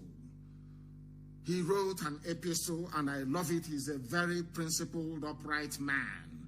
He is a very strong man, but why he loves the zoo so much, I have no idea. I have no idea. I have no idea. I have no idea. But I'm going to tell you what he wrote. The former U.S. ambassador to Nigeria wrote an opinion article posted on the Council on Foreign Relations blog.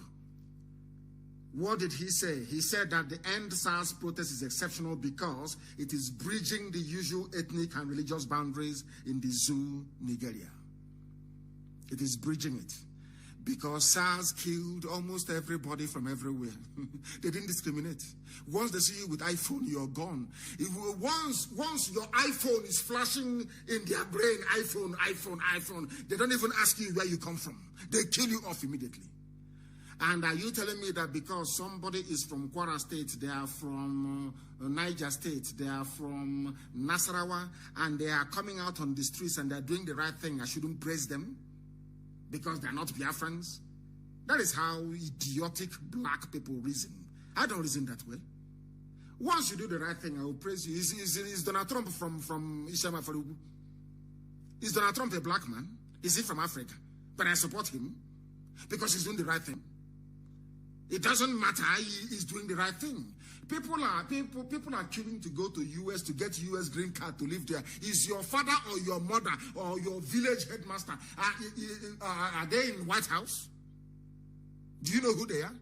You go to America because of how the society is structured and the policies that governs the conduct of governance and the people. That is why you go to America.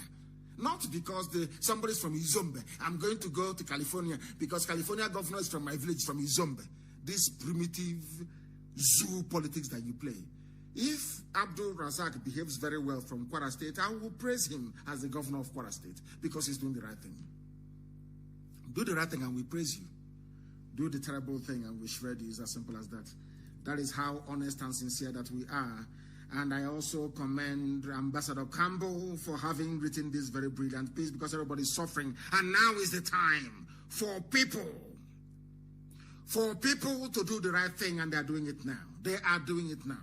And Ambassador Campbell actually acknowledged that, which is a very good thing to do. You must acknowledge that things are happening. And they said that the military high command has warned the zoological republic, because I want to let you know this evening, I told you that I got a message this evening from a high-ranking army officer. I won't tell you where he comes from. And he said to me, you know, I don't lie. I have no time for that. He said to me that protesters will not be shot. So I was flabbergasted when I went and I read online that the military high command, not Buratai's Fulani army. Listen carefully. That is why everybody must support this ongoing protest. I'm telling you, it's achieving a lot of things. Military high command warns against violent attacks on protesters for the very first time in the history of Africa. In fact, I won't say the history of Africa. I'll say in the history of West Africa. In the history of West Africa. The military high command warns against violent attacks on protesters. Can you believe that? After Buratai must have said, we are coming to defend Buhari's government. They said Buratai said, nobody saw him. Makandi blame. They will say, Buratai, but you can never see him because he's gone never to return. The armed forces of Nigeria have assured NSTAS protesters of their safety. This is the beginning. So the army is actually divided. For the very first time in the history of the zoo. You know, sometimes when people see the news, they don't read between the lines. Here we read between the lines. After Buratai must have come out to say, we are here to defend the Muhammadu Buhari administration regime. We are here to defend him, law and order. But you have not gone to Sambisa forest to fight.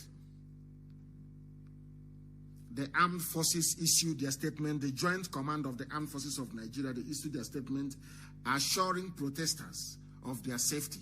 But you will see that the only people going to shoot at protesters, if you catch that policeman or that army man, you will see that that very person is Fulani.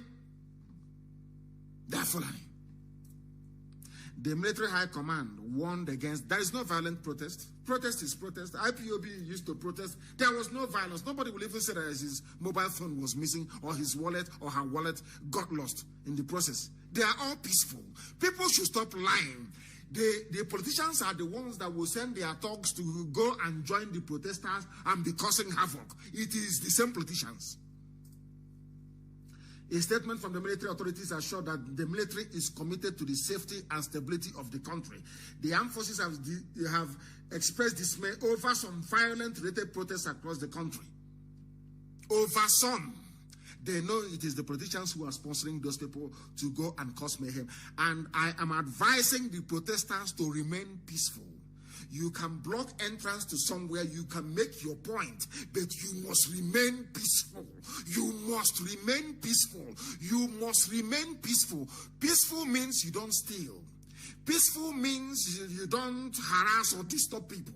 You allow people to get on with their lives, but you can block bridges, you can block roads because you are upset, and everybody can identify with that. Very, very important place. So the army, the high command of the army, is guaranteeing the safety of the protesters as long as they continue to protest peacefully.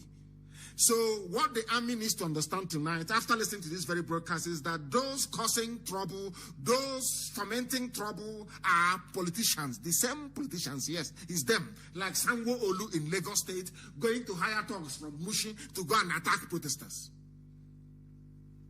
The same people.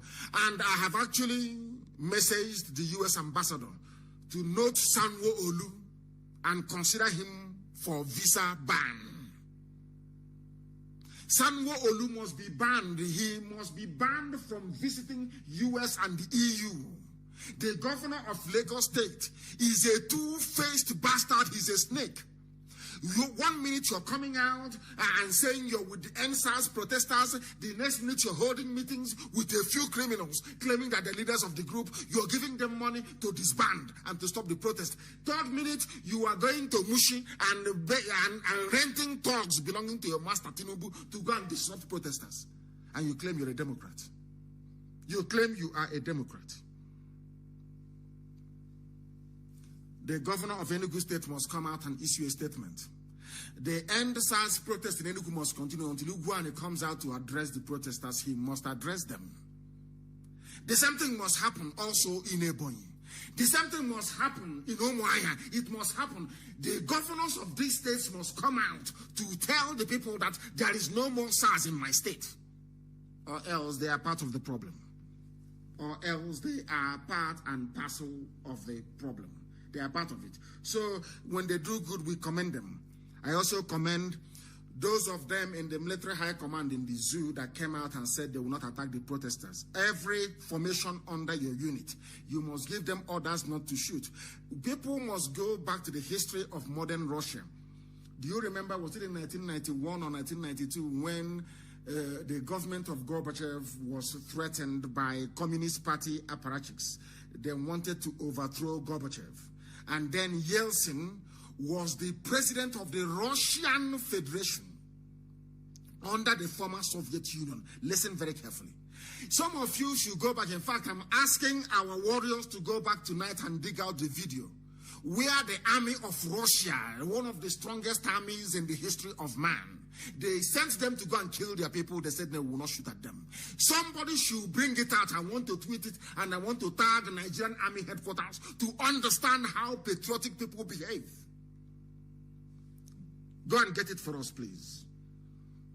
Go and get it. Nobody should go to the Supreme Court administrator, Fulani administrator of Imo State.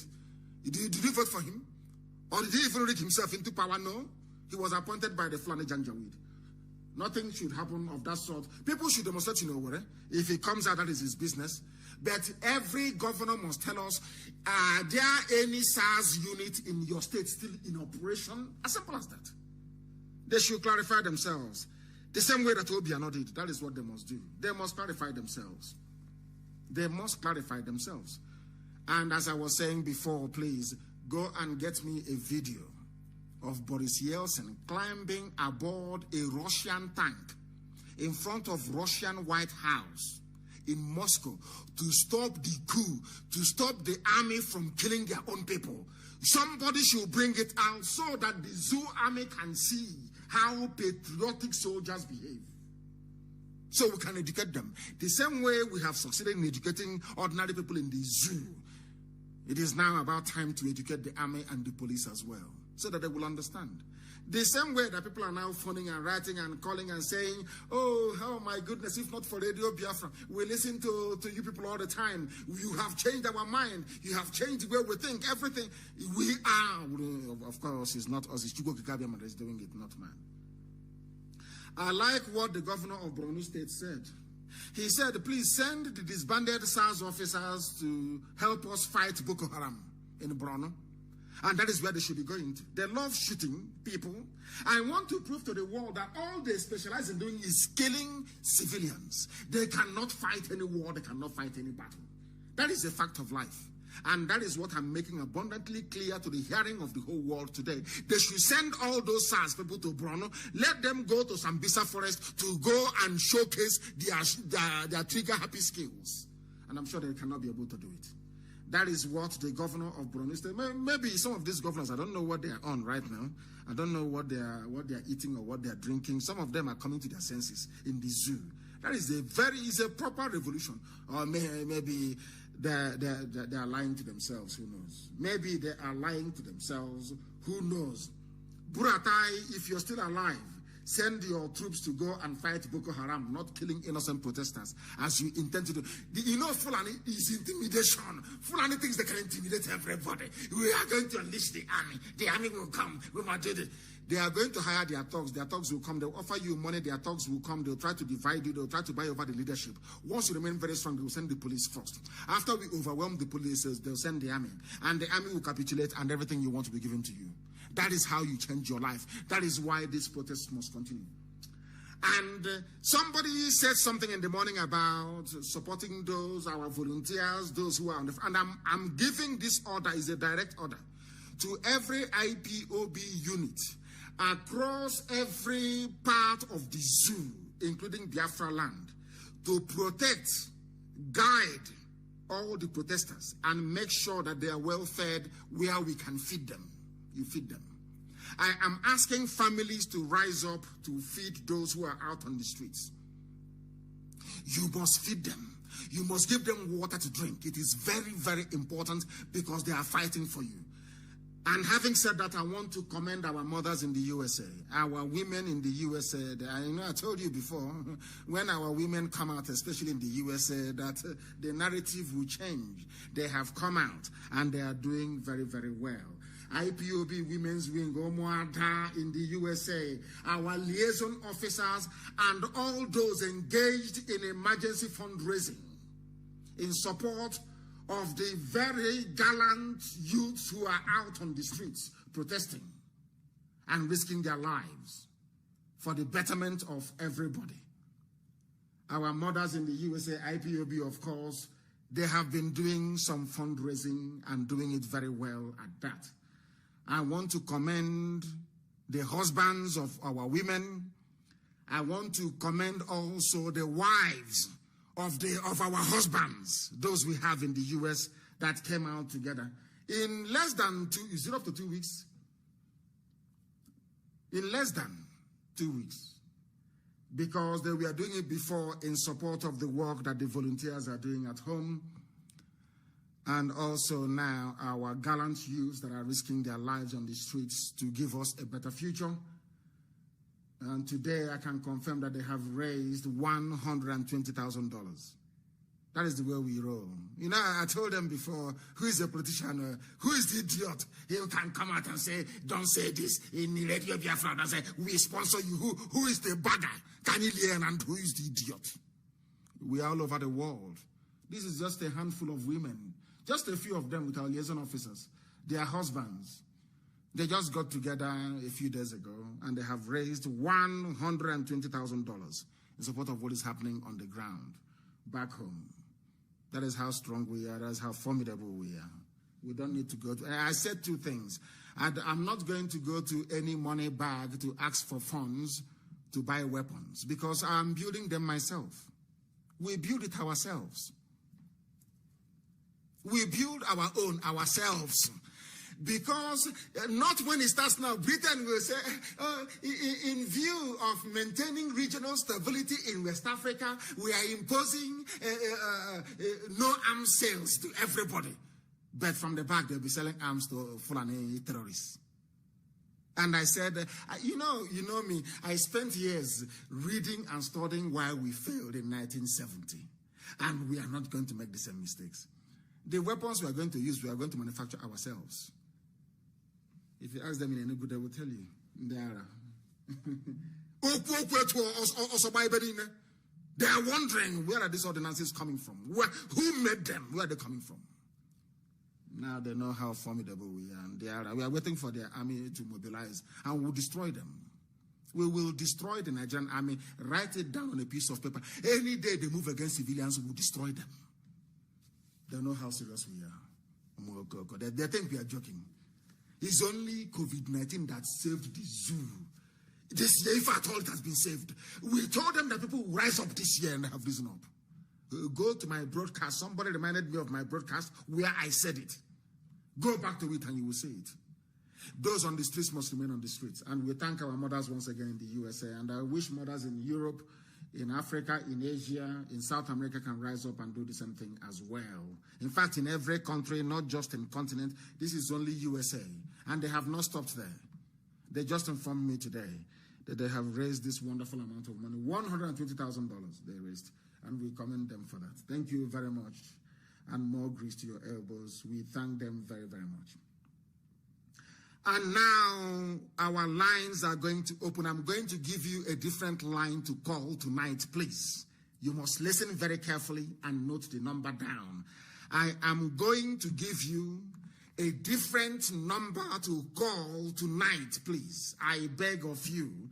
You must listen very, very carefully to this line that I'm going to give to you and call it, please. It is a different line altogether, please. And when somebody is on the line, please, please, please hold back a little bit. Hold back a little bit. The number I'm going to give you is a German number. Please. +49 162 73 06 732. Please, if somebody is on the line talking on that very line, if I pick up a call on WhatsApp, it's a WhatsApp line, please. Do not call, allow that person to finish, or else this line will be jammed. The line that I gave out in the morning has been jammed. It's no longer working, more or less. It has been jammed, completely, fully jammed. Please, I am releasing this number, and our Skype as well is IPOB2020@outlook.com. IPOB2020@outlook.com. And for our WhatsApp line is +49 162 730 6732. If at all, we can take calls tonight, or we can defer it till tomorrow morning. Some are saying that we should defer it till tomorrow morning. Since people are coming on tomorrow morning, that we should defer it. And if that is the case, people are calling, they don't want to wait till tomorrow morning. Let us take this very call. The caller on the line, please, can you hear me? The caller on the line, can you hear me? Your name and where you are, please. What is your name? My name is Chibueza Kujimba. I'm calling you from Nairobi, Kenya. From Nairobi in Kenya. I am from Isialambano, Imo State. Isialambano local government, Imo State. Thank you very much. So that is my hometown in Biafra. So please, Mazi, there is this thing I want you to help us, help our brothers, to educate our brothers, because it just occurred to me the reason why police are tormenting only the southeast, this our Biafra land and our Udutuba brothers. When you look at how much, okay, if you come back now to that our southeast, maybe you come out from abroad, you come back home, you don't want police harassment, you go to the office and say, I need 2-3 police officers so that they will be in front of my vehicle so that I will not have any disturbance. You end up every month, you can pay up to 300,000. So ask them, our people, who is eating that money? And they have used this thing to police to harass all, and this thing only happens to the whole of our southeast, the whole of our south, the whole of south. That's Biafran land and the Yoruba land. So all this money that when people come back, they say they want the escort so that police will not disturb. And they are doing this thing intentionally to frustrate the life of people so that when you get money, you come to the station and say you want police escort. When you multiply how much money that these people collect from people every day on daily basis, I took one last year. I paid 20,000 per each police officer. 20,000. Multiply it by 5,000 policemen every day. You see who is eating that money? Where is that money going? And they are doing this thing intentionally so that our people will continue to patronize their business. So that is what I want you to look into and see how you can educate our people to stop that rubbish. We will not be taking police again from them and let them remove all the useless police from the road. We will secure ourselves. Of course, we will. Thank you very much.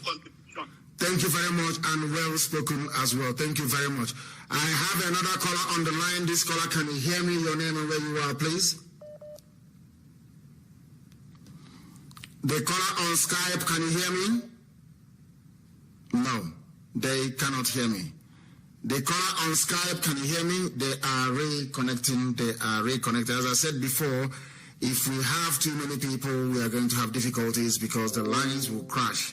The lines will crash. That is what they always do. The lines will crash. That is what they always do. That is what Please take it easy. Take it easy. If you do not take it easy, oh no. The calls are too much. It's just way too much, as always. And it is a good thing, as a matter of fact. People can please call us also on Skype, IPOB2020@outlook.com. Thank you very much, Annie. because our enlightenment is working. Of course, it is working. It is working. And that is why everywhere is changing, everywhere is reverberating, and people now understand the seriousness of what we are doing. I have a caller on the line, please, on Skype. Your name and where you are, please. Can you hear me?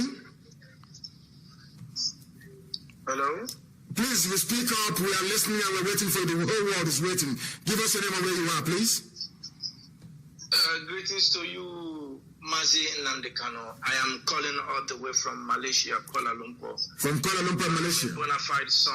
I'm a bona fide son of Biafra land, from Owerri to be precise. Thank you very much. Owerri. Thank you. Please go ahead. Yeah. Mazi NNAMDI KANU, I will pray that God or Seblo Wadiwela will continue to guide you for the good work you're doing for the people of Biafra. God will continue to strengthen you. And bless IPOB as well. Very, very important. Please go ahead. Yes, and bless IPOB as well.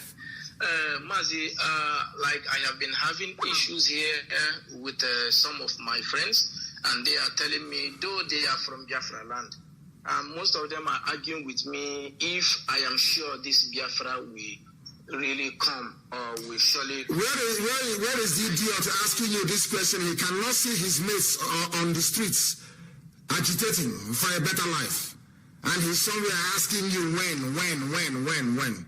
Please don't go towards that direction. I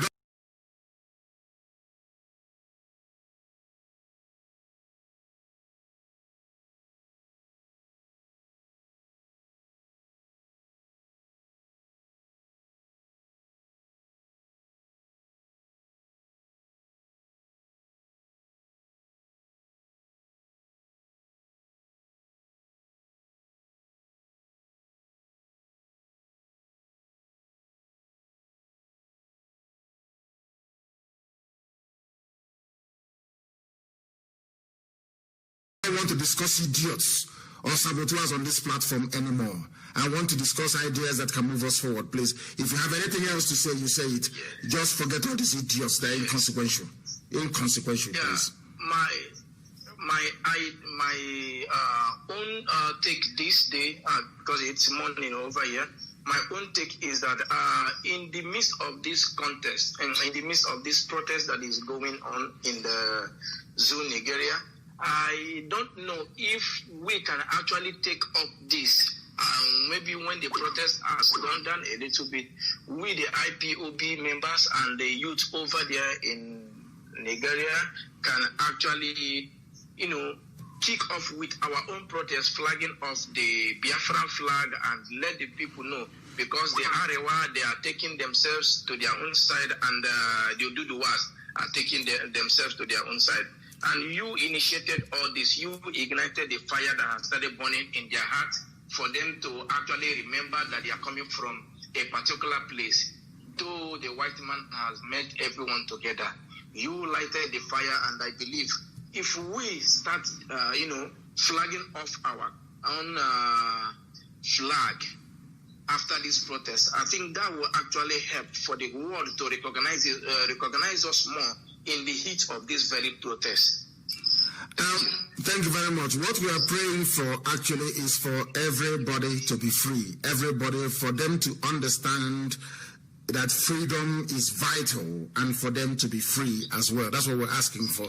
And once they get to that very juncture, then it is all over for the zoo. Thank you very much for that. Thank you very much, my dear brother, and continue the good work. I don't want to discuss idiots and inconsequential issues anymore. Please don't tell me what your idiotic friends are telling you. If they cannot read the handwriting on the wall, that's entirely up to them. And I want to advise each and every person doing live broadcasts to focus on the issues and leave personalities out of it. Don't mention anybody's name. Don't discuss people. Focus on the issues of Biafra alone. That is what we are here for. Very, very important, please. Very, very important, please. Our lines have completely gone, completely crashed again. But we are taking calls on Skype. The caller on Skype, can you hear me, please? Your name and where you are. Yes, I can hear you very well. Good evening from here. Thank you very much. Good evening to you. Your name and where you're calling from? Good evening. Thank you. Good evening, Biafra, friends of Biafrans and lovers of freedom. My name is Most Fevoni. I come from Oslo. I'm calling from Kingdom of Netherlands. From Netherlands. Thank you very much. Please go ahead. Yes. First and foremost, I must thank you. Chukwuabiama will see you through, and Chukwuabiama will see us through in our My contribution to this very ongoing protest is this one thing. I remember a few weeks ago when you told us that you will appoint a Twitter campaign manager, sort of someone, a formidable member of IPOB who will be overseeing our Twitter campaign. So until this moment, I'm still looking forward for that, because if that office has been given, if you have been commissioned that very office, this is a good time now for us to hijack this protest based on Twitter and on social media aspect. Now our people in the Biafra land and in White House are shouting Nigeria. If we open your post on Twitter alone, when I take a retweet or your comment on any post you make on Twitter, mine's over 5,000 retweet of any post you make. Now, if we have a Twitter hand person that will be kind of leading this very campaign on Twitter, if over 5,000 people per day are retweeting Nigeria. This Twitter post now that today join the struggle to say answers. You also know that this Nigeria is here, a number of people shouting in Nigeria. So that very campaign is what I'm also looking for, because the about time we also tell the world that we are not just not interested in ending this SARS, but also we want to bring an end to that very solo republic. So that is my suggestion. I know there's a lot on your head, but we need this media ahead so we can hijack the Facebook and this Twitter by tweeting this tweet of any post you make. If we have a Twitter hand person that will be kind of leading this very campaign on Twitter, if over 5,000 people per day police reform, we can also give the order and it will be done. Our people also send to you they can reach my over Nigeria. That is just like some. Thank you for giving me the time to work out. Thank you very much and well spoken. Thank you very, very much. We have interviewed one of our sisters, or should I say her daughter, in Houston, Texas, and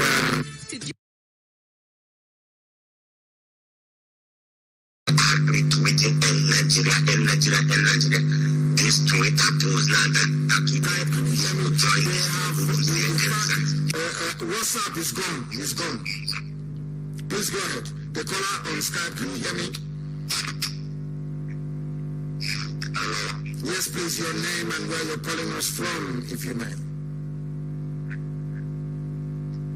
Hello. I can hear you. For the last time, your name and where you are.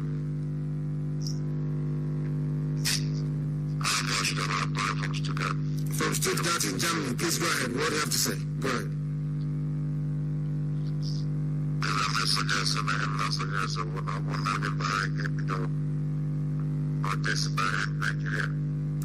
It will be premature for that. If you do end Nigeria now, Britain will step in and they will ask the world to stop following. They will start talking nonsense about regional stabilization.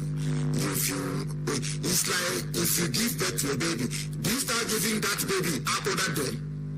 Do you have a child? Do you have a child? You have a child yet? Yes, when you give birth, have you seen where a little baby has been raised before? Have you been in a family where you see a little child being raised before? Yes. If your child is born, but first of all, do you believe that this very process that is going on is like a newborn baby? Do you believe that? Yes, I believe that because I haven't seen this kind of thing before in Nigeria before. Thank you very much. When you have a child and you give birth to a child, what do you start giving the child when the child is newly born?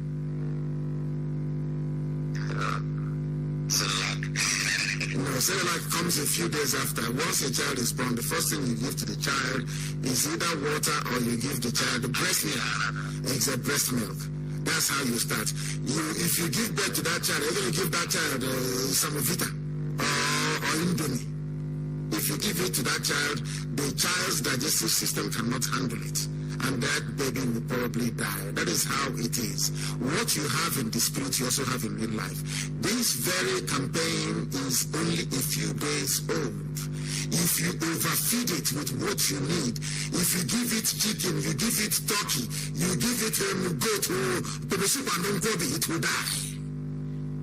Do you understand? You nurture it. It's true. You nurture it. You nurture it.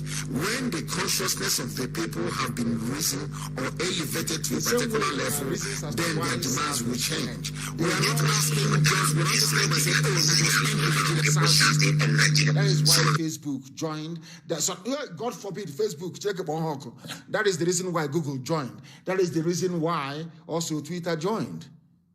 So you see, if you go now for End Nigeria, I'm telling you the truth, Britain will move mountains. They have the money. Fulani Janjaweed will move billions. They will move it. They will spend it. And all the influencers will stop talking about it. And it will die there. We don't want to make that mistake. We know where we are going. It took people many years to get to where they are today. We must nurture them as to move forward. But the end destination is to end Nigeria, and Nigeria will end. That I can assure you. Be rest assured. Thank you very much, my dear brother. Thank you very, very much. Thank you. Yes. Remember. And you too, my dear brother. May Chukwukabiyama bless you immensely. Our lines are open. We are flooded with calls, inundated with people who are trying to speak from all over the world, but we must listen to them. The caller on the line, please call us on Skype, please. IPOB2020@outlook.com. Please give us your name and where you are. The caller on Skype. Hello, man. Yes, please, your name and where you are. The whole world is listening to your voice. Go ahead. Can you hear me? My name is Chikelu Zako. Chikelu Zako, where are you calling from? Yes, from Mimo in Jikoka, Anambra State. A very beautiful place in Jikoka. Lovely name. I love it in Jikoka. Beautiful name. Please go ahead. We are listening. Go ahead. As Mazi, I reside in Makurdi here, Benue State.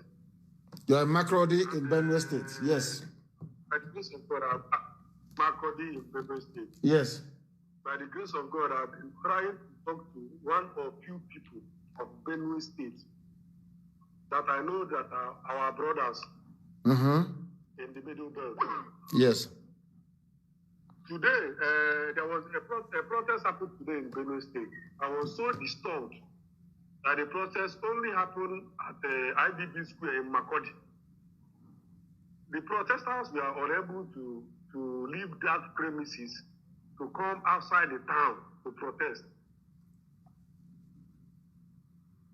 It was so.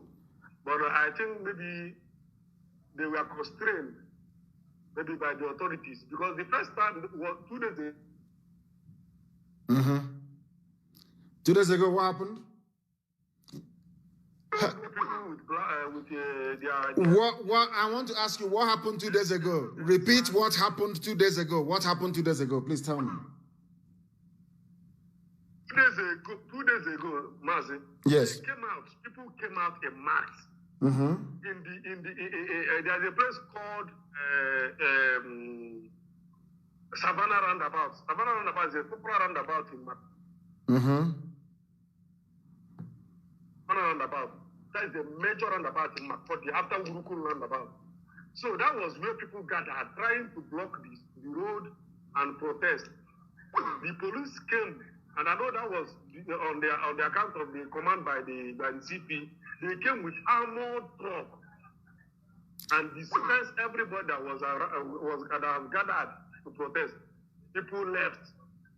That is a Fulani way. People must understand the Fulani will always come with intimidation. It is in their mindset. That is the way they are.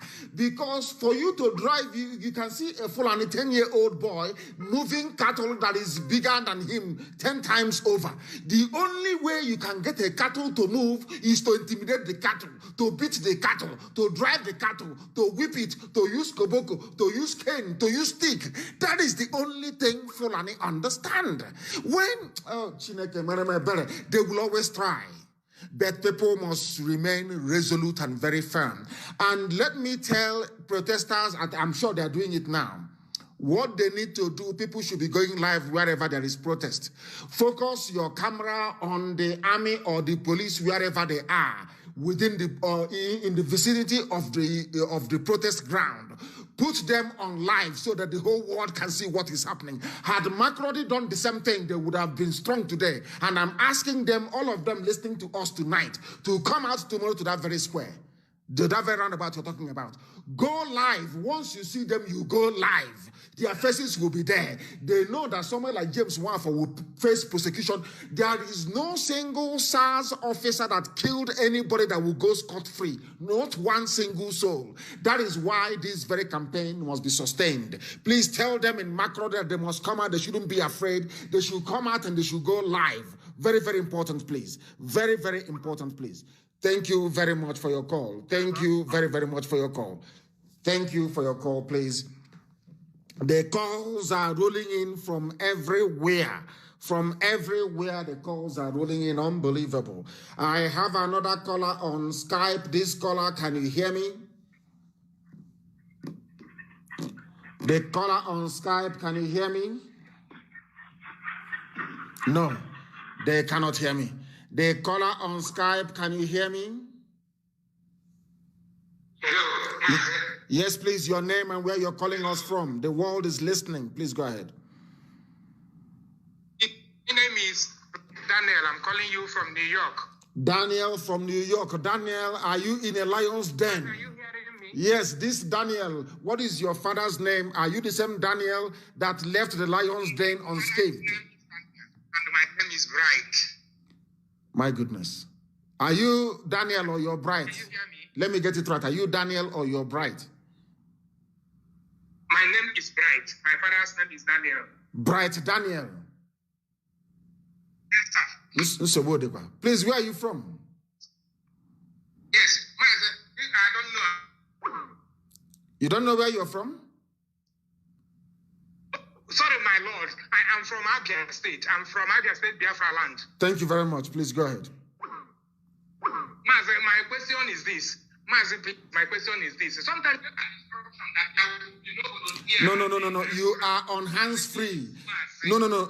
Take your phone off hands-free. I don't want hands-free. Put your phone on your ear and talk to me direct. If I can hear your voice, if you can hear my voice. I can hear you. I can hear you. I want to speak with you. Can you hear me? Okay, please go ahead. Yes, I can hear you now. Go ahead. No. Jesus, what is You come and you go. That is the problem. I don't know what is happening in New York where you are. I don't know what is going on. Please try and resolve it and you call us back, please, if you may, because I would like to take your call. I believe that you have something very, very important to contribute. One of us is with us now on the phone. Can you hear me? Yes, how are you? Turn your system down. Turn your system down or you move away.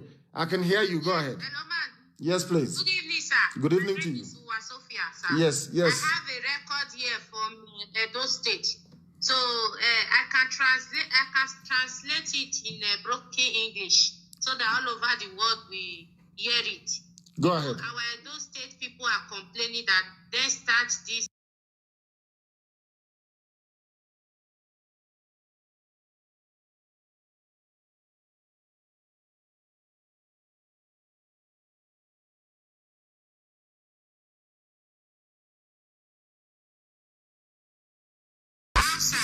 Outside the sun, they don't get water to drink, they don't get anything to drink. So our Edo people, there are a lot of them in diaspora in all over the world. They have to also support them. You understand? They are fighting for them, sir.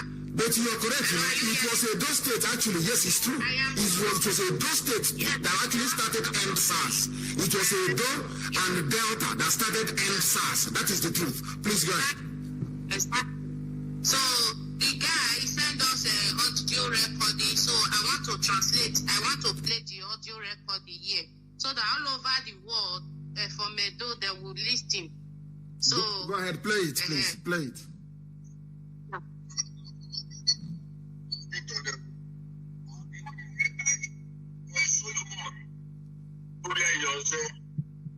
I am Solomon,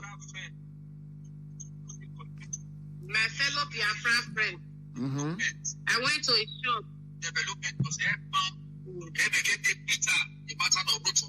It's not now that I have been beaten. I don't say to you, we all of us, we are wake up. If this country wants to divide, let it divide. Yeah. He said he's the one of the protest mobilizer. He said the coordinator in Edo State is his friend. Yeah. He said the Edo State IPOB coordinator is my friend. He was telling me about Biafra, but I didn't put my mind. Now, the protest started kicking. The protest started. Now tell us. He said. What did he say? He said they start the protest. So he now met the coordinator. They now talk about the protest. The protest now starts. They are scaling back because no finance, no food. There is no finance, no food, nothing. They are inside the sun. Celebrity. He said in Lagos Street there are many actors, many celebrities that is supporting them. They are in Eko. If you can see Lagos now, the protest is still going on. So what do they need in Benin? What do they need? Because I gave an instruction in the morning, and somebody actually wrote to me. I gave an instruction in the morning, and I'm giving the same instructions now to everybody who runs a restaurant in Benin City, to make sure that they bring out some food and some water to feed the people. But we want people who are genuinely motivated to see change to come out for protest, not those looking for food. Do you understand it? Because if we begin to provide food for everybody... They say they don't want to collect any money for the politicians or for the rich people. They want to do it on their own. They started the protest. So they need Edo people in diaspora or outside the country to support them. That they don't want. He said it on this audio. He said he don't want to eat chicken today, so he will start suffering tomorrow. He want to drink only water today, so that tomorrow will be better. They are ready to break the Zoom. That is what he's talking about. Yes, in the morning, if you remember, in the morning, I mentioned that I want people that have and run restaurant to be able to provide food for those who are protesting. I said it when I saw that people are sleeping on Lekki Bridge. I made that announcement, and somebody wrote to me here to confirm that people are complying in and around Lagos. I want to say the same thing again today, this night, regarding Benin City as well. We want the protest to be in Benin City as well. And in Benin City, we want people to feed the protesters. They must be fed. It is only once a day and you drink water. But you're not coming out because of the money you're going to get from the diaspora or the help. No, we are not in a cooking competition. This is not it's not a jamboree. It's not a party where people are going to feed or where people are going to eat. What we are saying is that you must be out on the streets from what you're doing. Once you go live, once you come out in Benin City and you go live, the whole world will know what is happening and help will come to sustain it. I understand what it means. And we are going to do the best we can. Sorry? What did he say? They don't want to stop? They don't want to stop this agitator because in Edo, SARS have been killing our people in Edo State. Not now. They have been killing a lot. So it's the Edo people and Delta people that start this protest. So they don't want to stop, like Lagos State. You understand? That is what they are complaining now. That they don't want money from the politicians. You understand? So we want our people to also talk to them. The Delta people and Edo people. We want our people to talk to them, Brand. That is what they need, sir. Okay, that's what I got. Now, when they organize their protest tomorrow, if they come out tomorrow morning to protest, I will be live on air. I will open a special line for them to call. And through that line, the whole world can hear what is happening in Edo State as well. And, oh, wow. Sophia, thank you very much for your call. Thank you. It's a very important information. Thank you very, very much for your call. Thank you for your call. And I also want to say that everybody can become a Twitter chief wherever they are. Get people around you. Get 10 people minimum around you to join Twitter. That's what IPOB family members can do all over the world. And of course, Amaka Ekwe is there, who's my press secretary, and can be able to guide anybody to follow anybody. Emeka Gift is there, Somto is there. These are hardened tweeters. There will be people that tweet regularly and always. You go to them, any of them, you follow them, you follow me, and you retweet. It's as simple as that. And our message will be everywhere. People should only call on the number that I provided, not the other one. Please, I beg of you. I have a caller on Skype. Can you hear me?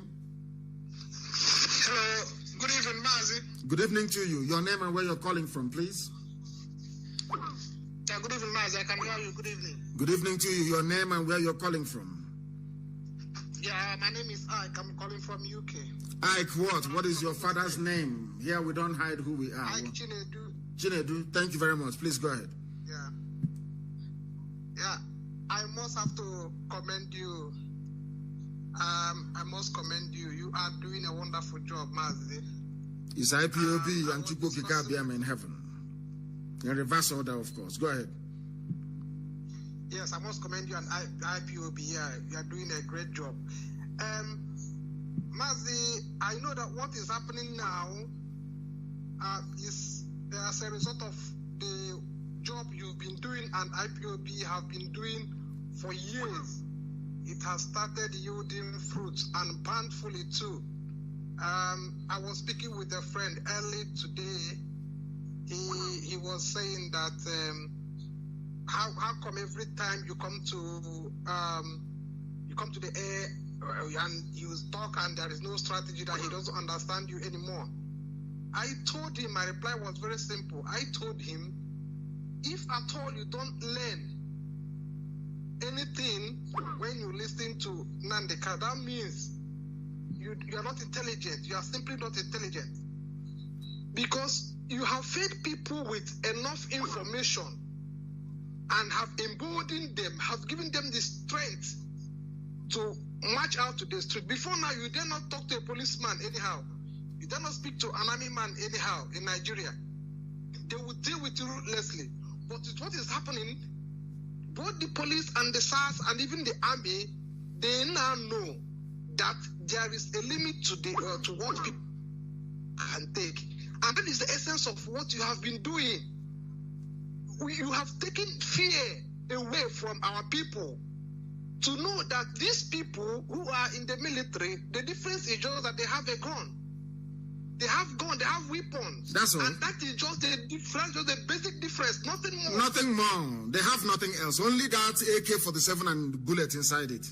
And Fulani Janjaweedism. And corrupt politicians backing them. They are nothing. Yes, you're right. And I was also telling him that the reason we must have to have Biafra, is this. There is no need. When you have a problem with your brother, and when you go home, you have a problem with your brother, your brother goes to a DPO who is from KANU or Medugri and gives him money. He comes against you and fights you in your home. But if you have Biafra, maybe you get a DPO from Anambra who is serving in Imo, and he misbehaved. We trace him to his house in Anambra, wherever he is in Anambra, and we deal with him. How can you trace someone who is from KANU or Sokoto and who is being backed up by Abuja? So this is the problem we have. The problem we must solve this problem by insisting that we must have a country of our own, so that we have little problem to manage. Nigeria is too big and a problem that nobody knows how. Even God Himself cannot. I'm not trying to look down on God, but the way He's structured, the way Nigeria is structured, there is a limit to what God can. God has given us the power now to reclaim our country. So please, I don't want to take more time. You continue what you are doing. You are really doing marvelously. And another thing is this, please, I need to get UK's this so I can join IPOB in UK, please. It is very, very easy and very, very simple. Ask anybody around you, they'll tell you where you are. And you have spoken very well this evening, and what you have said we have taken on board. And for the very first time, I'm being honest with you, I have 2 messages here. I'm not going to say her surname, but I have somebody from Adamawa State. Her name is Miriam. For the first time, I am receiving these messages. And she's saying that she's from Adamawa State. I'm not going to say her surname. She gave me her surname. She said, I'm from Arewa, Adamawa State. I'm so happy of all what you have been doing for making our friends and family to understand how dumb we are about our freedom. I am not even up to 18 years old. It's only God that can bless you. I don't know what could have happened to us without your support and you advising us. I'm also thanking for the confidence in you that make you to save future millions. She's a teenager writing to us from Adamawa. Somebody also wrote something. He said, I want to speak to, what did he say? He said, I want to speak to my Hausa people. He said, I want to speak to Hausa people. He is writing from where? Where is his name again? Somebody also wrote and said, I want to speak to my Hausa brethren. But the calls are too much. They are flooding too much that I cannot even call him back. That is how difficult it is. I cannot even call him back. That is how hard it is. Let us take this call. The caller on the line, can you hear me? Please, can you hear me? Thank you very much. Bless you. And bless you too. Thank you for taking my call. My leader, my name is Bright Daniel. I am calling you from New York. You're very lucky. You're very lucky. With over 3,000 missed calls here, you got through. Please go ahead. I can hear you loud and clear. Go ahead. The other time you said that there is no volunteer in diaspora. There should be no volunteer in diaspora. I'm now asking you, why have you forgotten that it was the hardcore volunteer that collected the Red Cap Yam Festival from Germany? They are the hardcore. It was the hardcore volunteer that searched everywhere in Japan looking to bring out Danny before he ran away. Please, use every power you have to restore the volunteers in diaspora. Mazi, I am working in an international airport. I am working in the presidential, what do you call it, terminal. I am every day waiting, looking for the space mark president to pass so that I will dismantle. You will attack him and dismantle him, and nothing will happen. Once you see him in an airport, take off his mask. Go ahead. Every day I go to work, I engage the policemen working in the same terminal in my area. I told them where I come from. There are politician governors who are criminals that I want to arrest them. I have been engaging them in conversations because I know that one day this my trap will catch fish, restore the diaspora volunteers with immediate effect. I appeal to you, restore because this baby making cannot do it. Remember how they search for these people in Japan. Remember how Japanese volunteers, die-hard volunteers, turned the whole Japan upside down, looking for Jubril al-Sudani, and they hide him in the hotel. Remember how the volunteers collected the red cap and put it in IPOB museum in Germany. Have you forgotten? I have not. You have made you.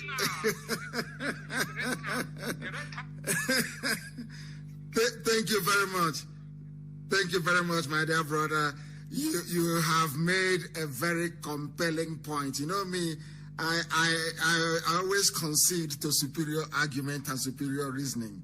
And I agree with you. You have won me over with the strength of your argument. And we are going to organize it very well. We are going to restore it, and we are going to organize it very well. There will be volunteers in the diaspora. I understand what you're saying. You made a very stupendous argument, amazing argument. I love it.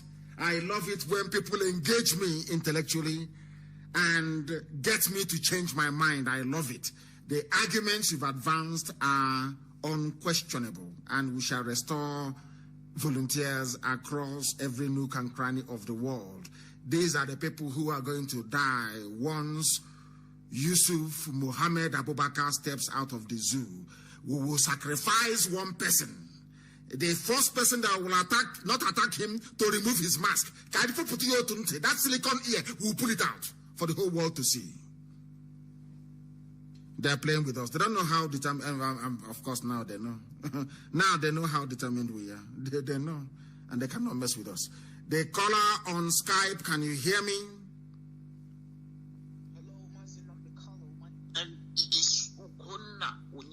I'm calling from Malaysia. From Malaysia, thank you very much. Please, the world is listening. Go ahead. Okay, I take you first. Let me go straight to the point. Watching what is happening here, like watching what is happening in Nigeria from here, I can see that the government are now putting up the politicians that the youth can listen to. Yes. They brought people like Senator Abaribe because... What did Abaribe say? No, don't go too far. What did the senator say? What did Abaribe say? Please go ahead. What did Abaribe say? He said that they should come up with what they want by tomorrow morning, that he will be in the office to listen to them. Because the youth are not listening to anyone at all. So even for over 1 year, we haven't heard from Osibanjo. Now, Vice President has to have reached some phase, which is not called for. We are not going to listen to him. We know, watching it from here, we know that the person there, it is not the president. He cannot have a public audience. He cannot grant any life. The one that he made is on the last video he made is 1 minute. It is not up to 2 minutes, which is very wrong. There is nothing hard telling us that this president is not the president, but the North wants power, and power consumes people.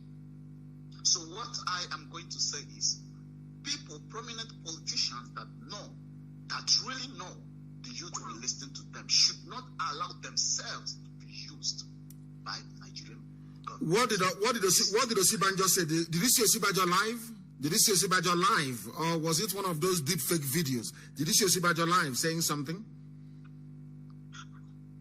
Recently, he had been making some comments. No.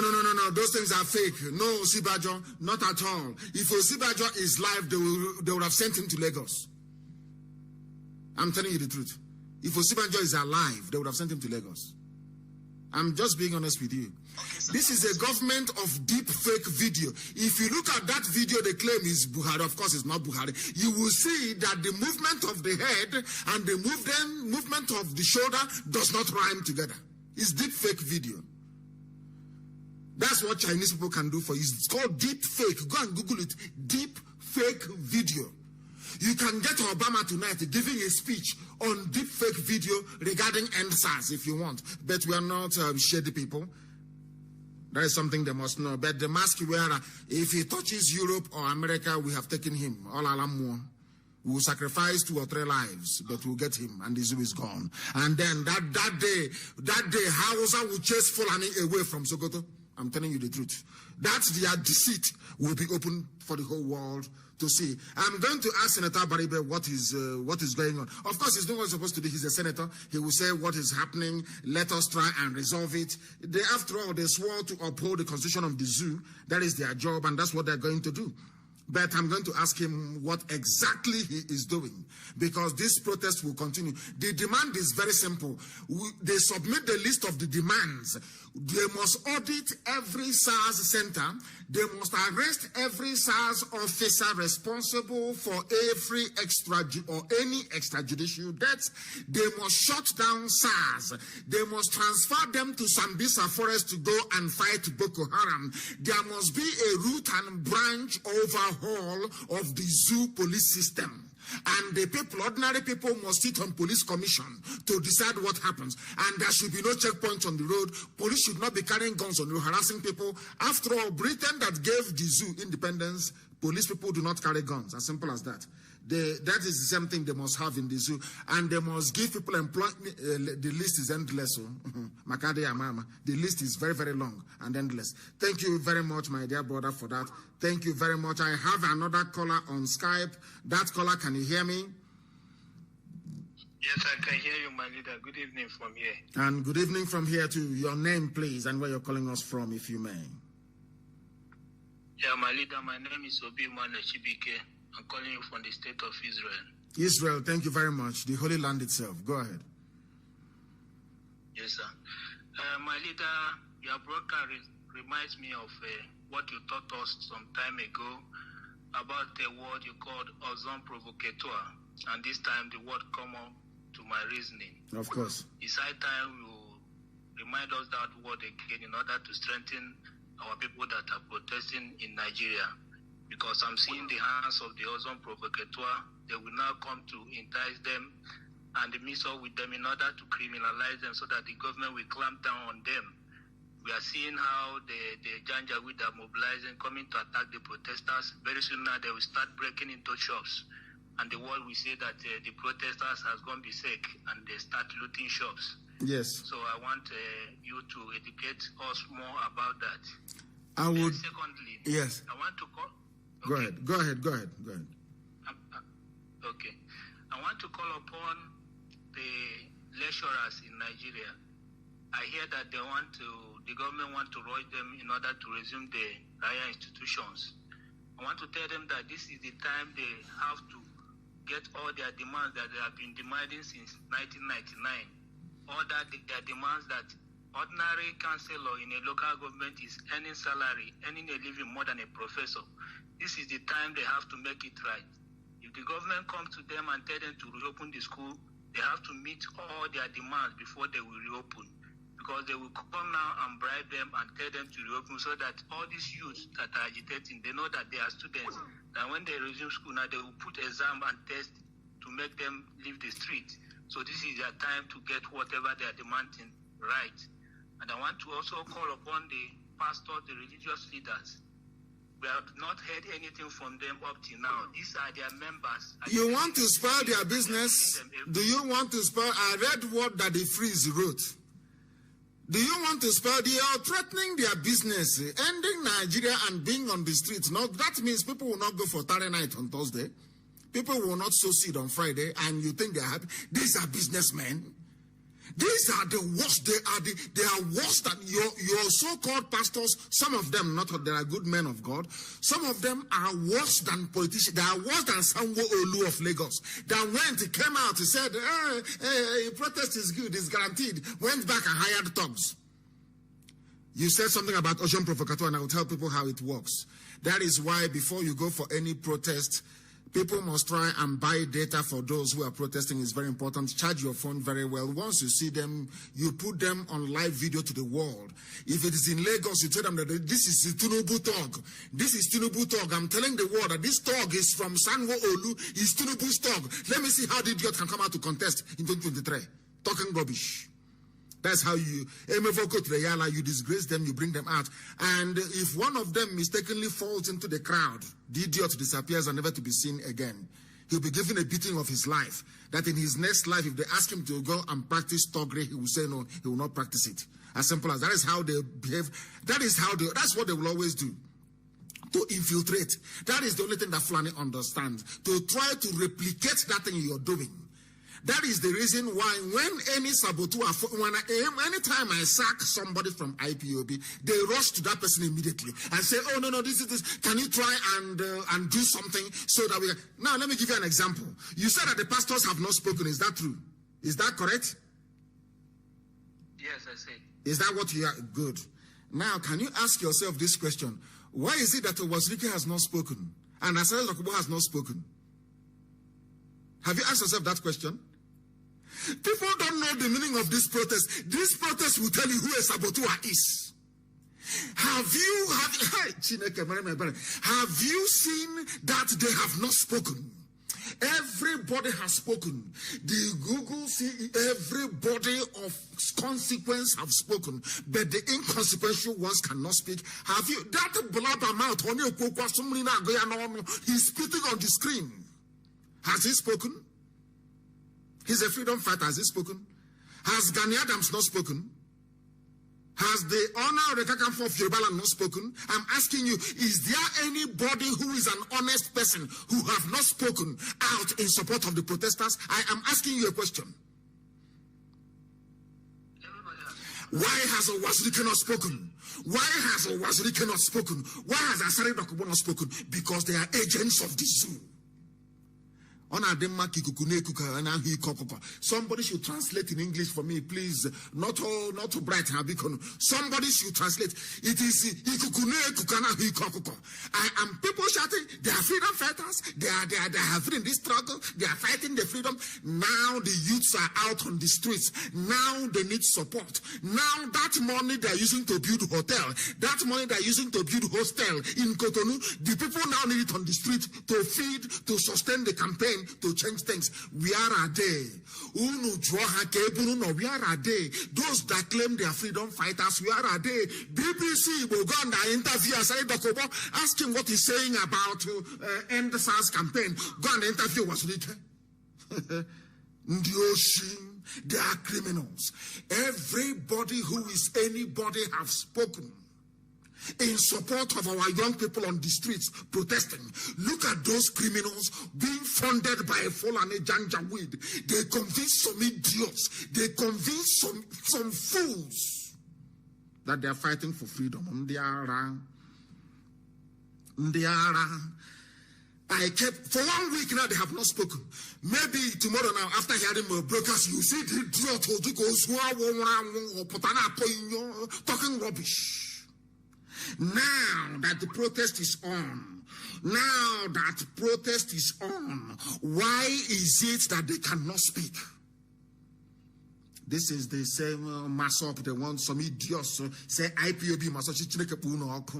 You want to stain the impeccable image of IPOB. Do you know what IPOB is? You want to say IPOB must. Look at them, they cannot speak. Can they speak? Can they speak? They cannot do, they cannot talk because their master Fulani Janjaweed is in trouble. He's in very serious trouble.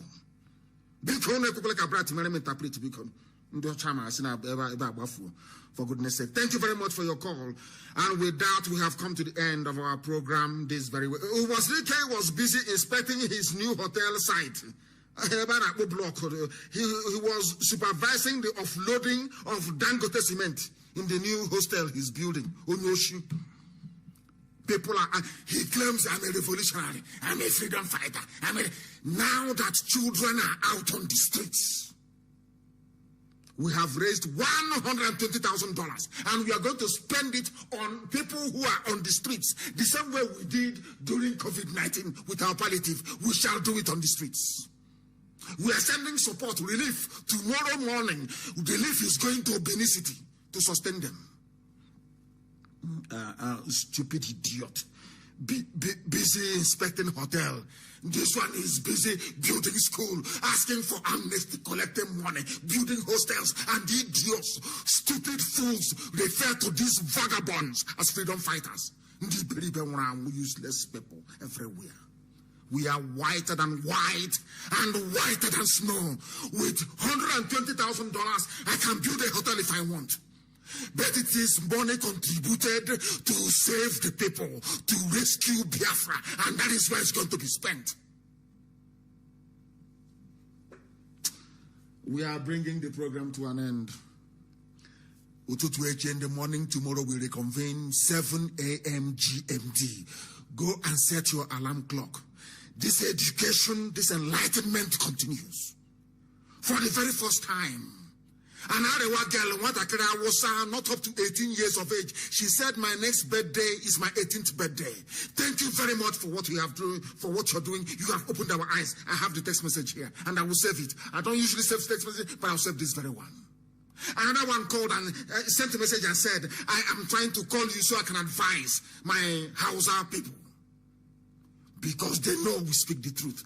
They know we do not hate anybody. I cannot hate anybody. I was not born to hate anybody. What I despise are people that speak from both sides of the mouth. People who are not consistent. People who are cowardly. People who are deceptive. I cannot stand them. And that is why I hate Fulani Janjaweed. Tomorrow morning we'll continue the propagation of this very gospel. I thank you all for listening tonight, for your immense contributions. I thank our mothers in the USA, our liaison officers.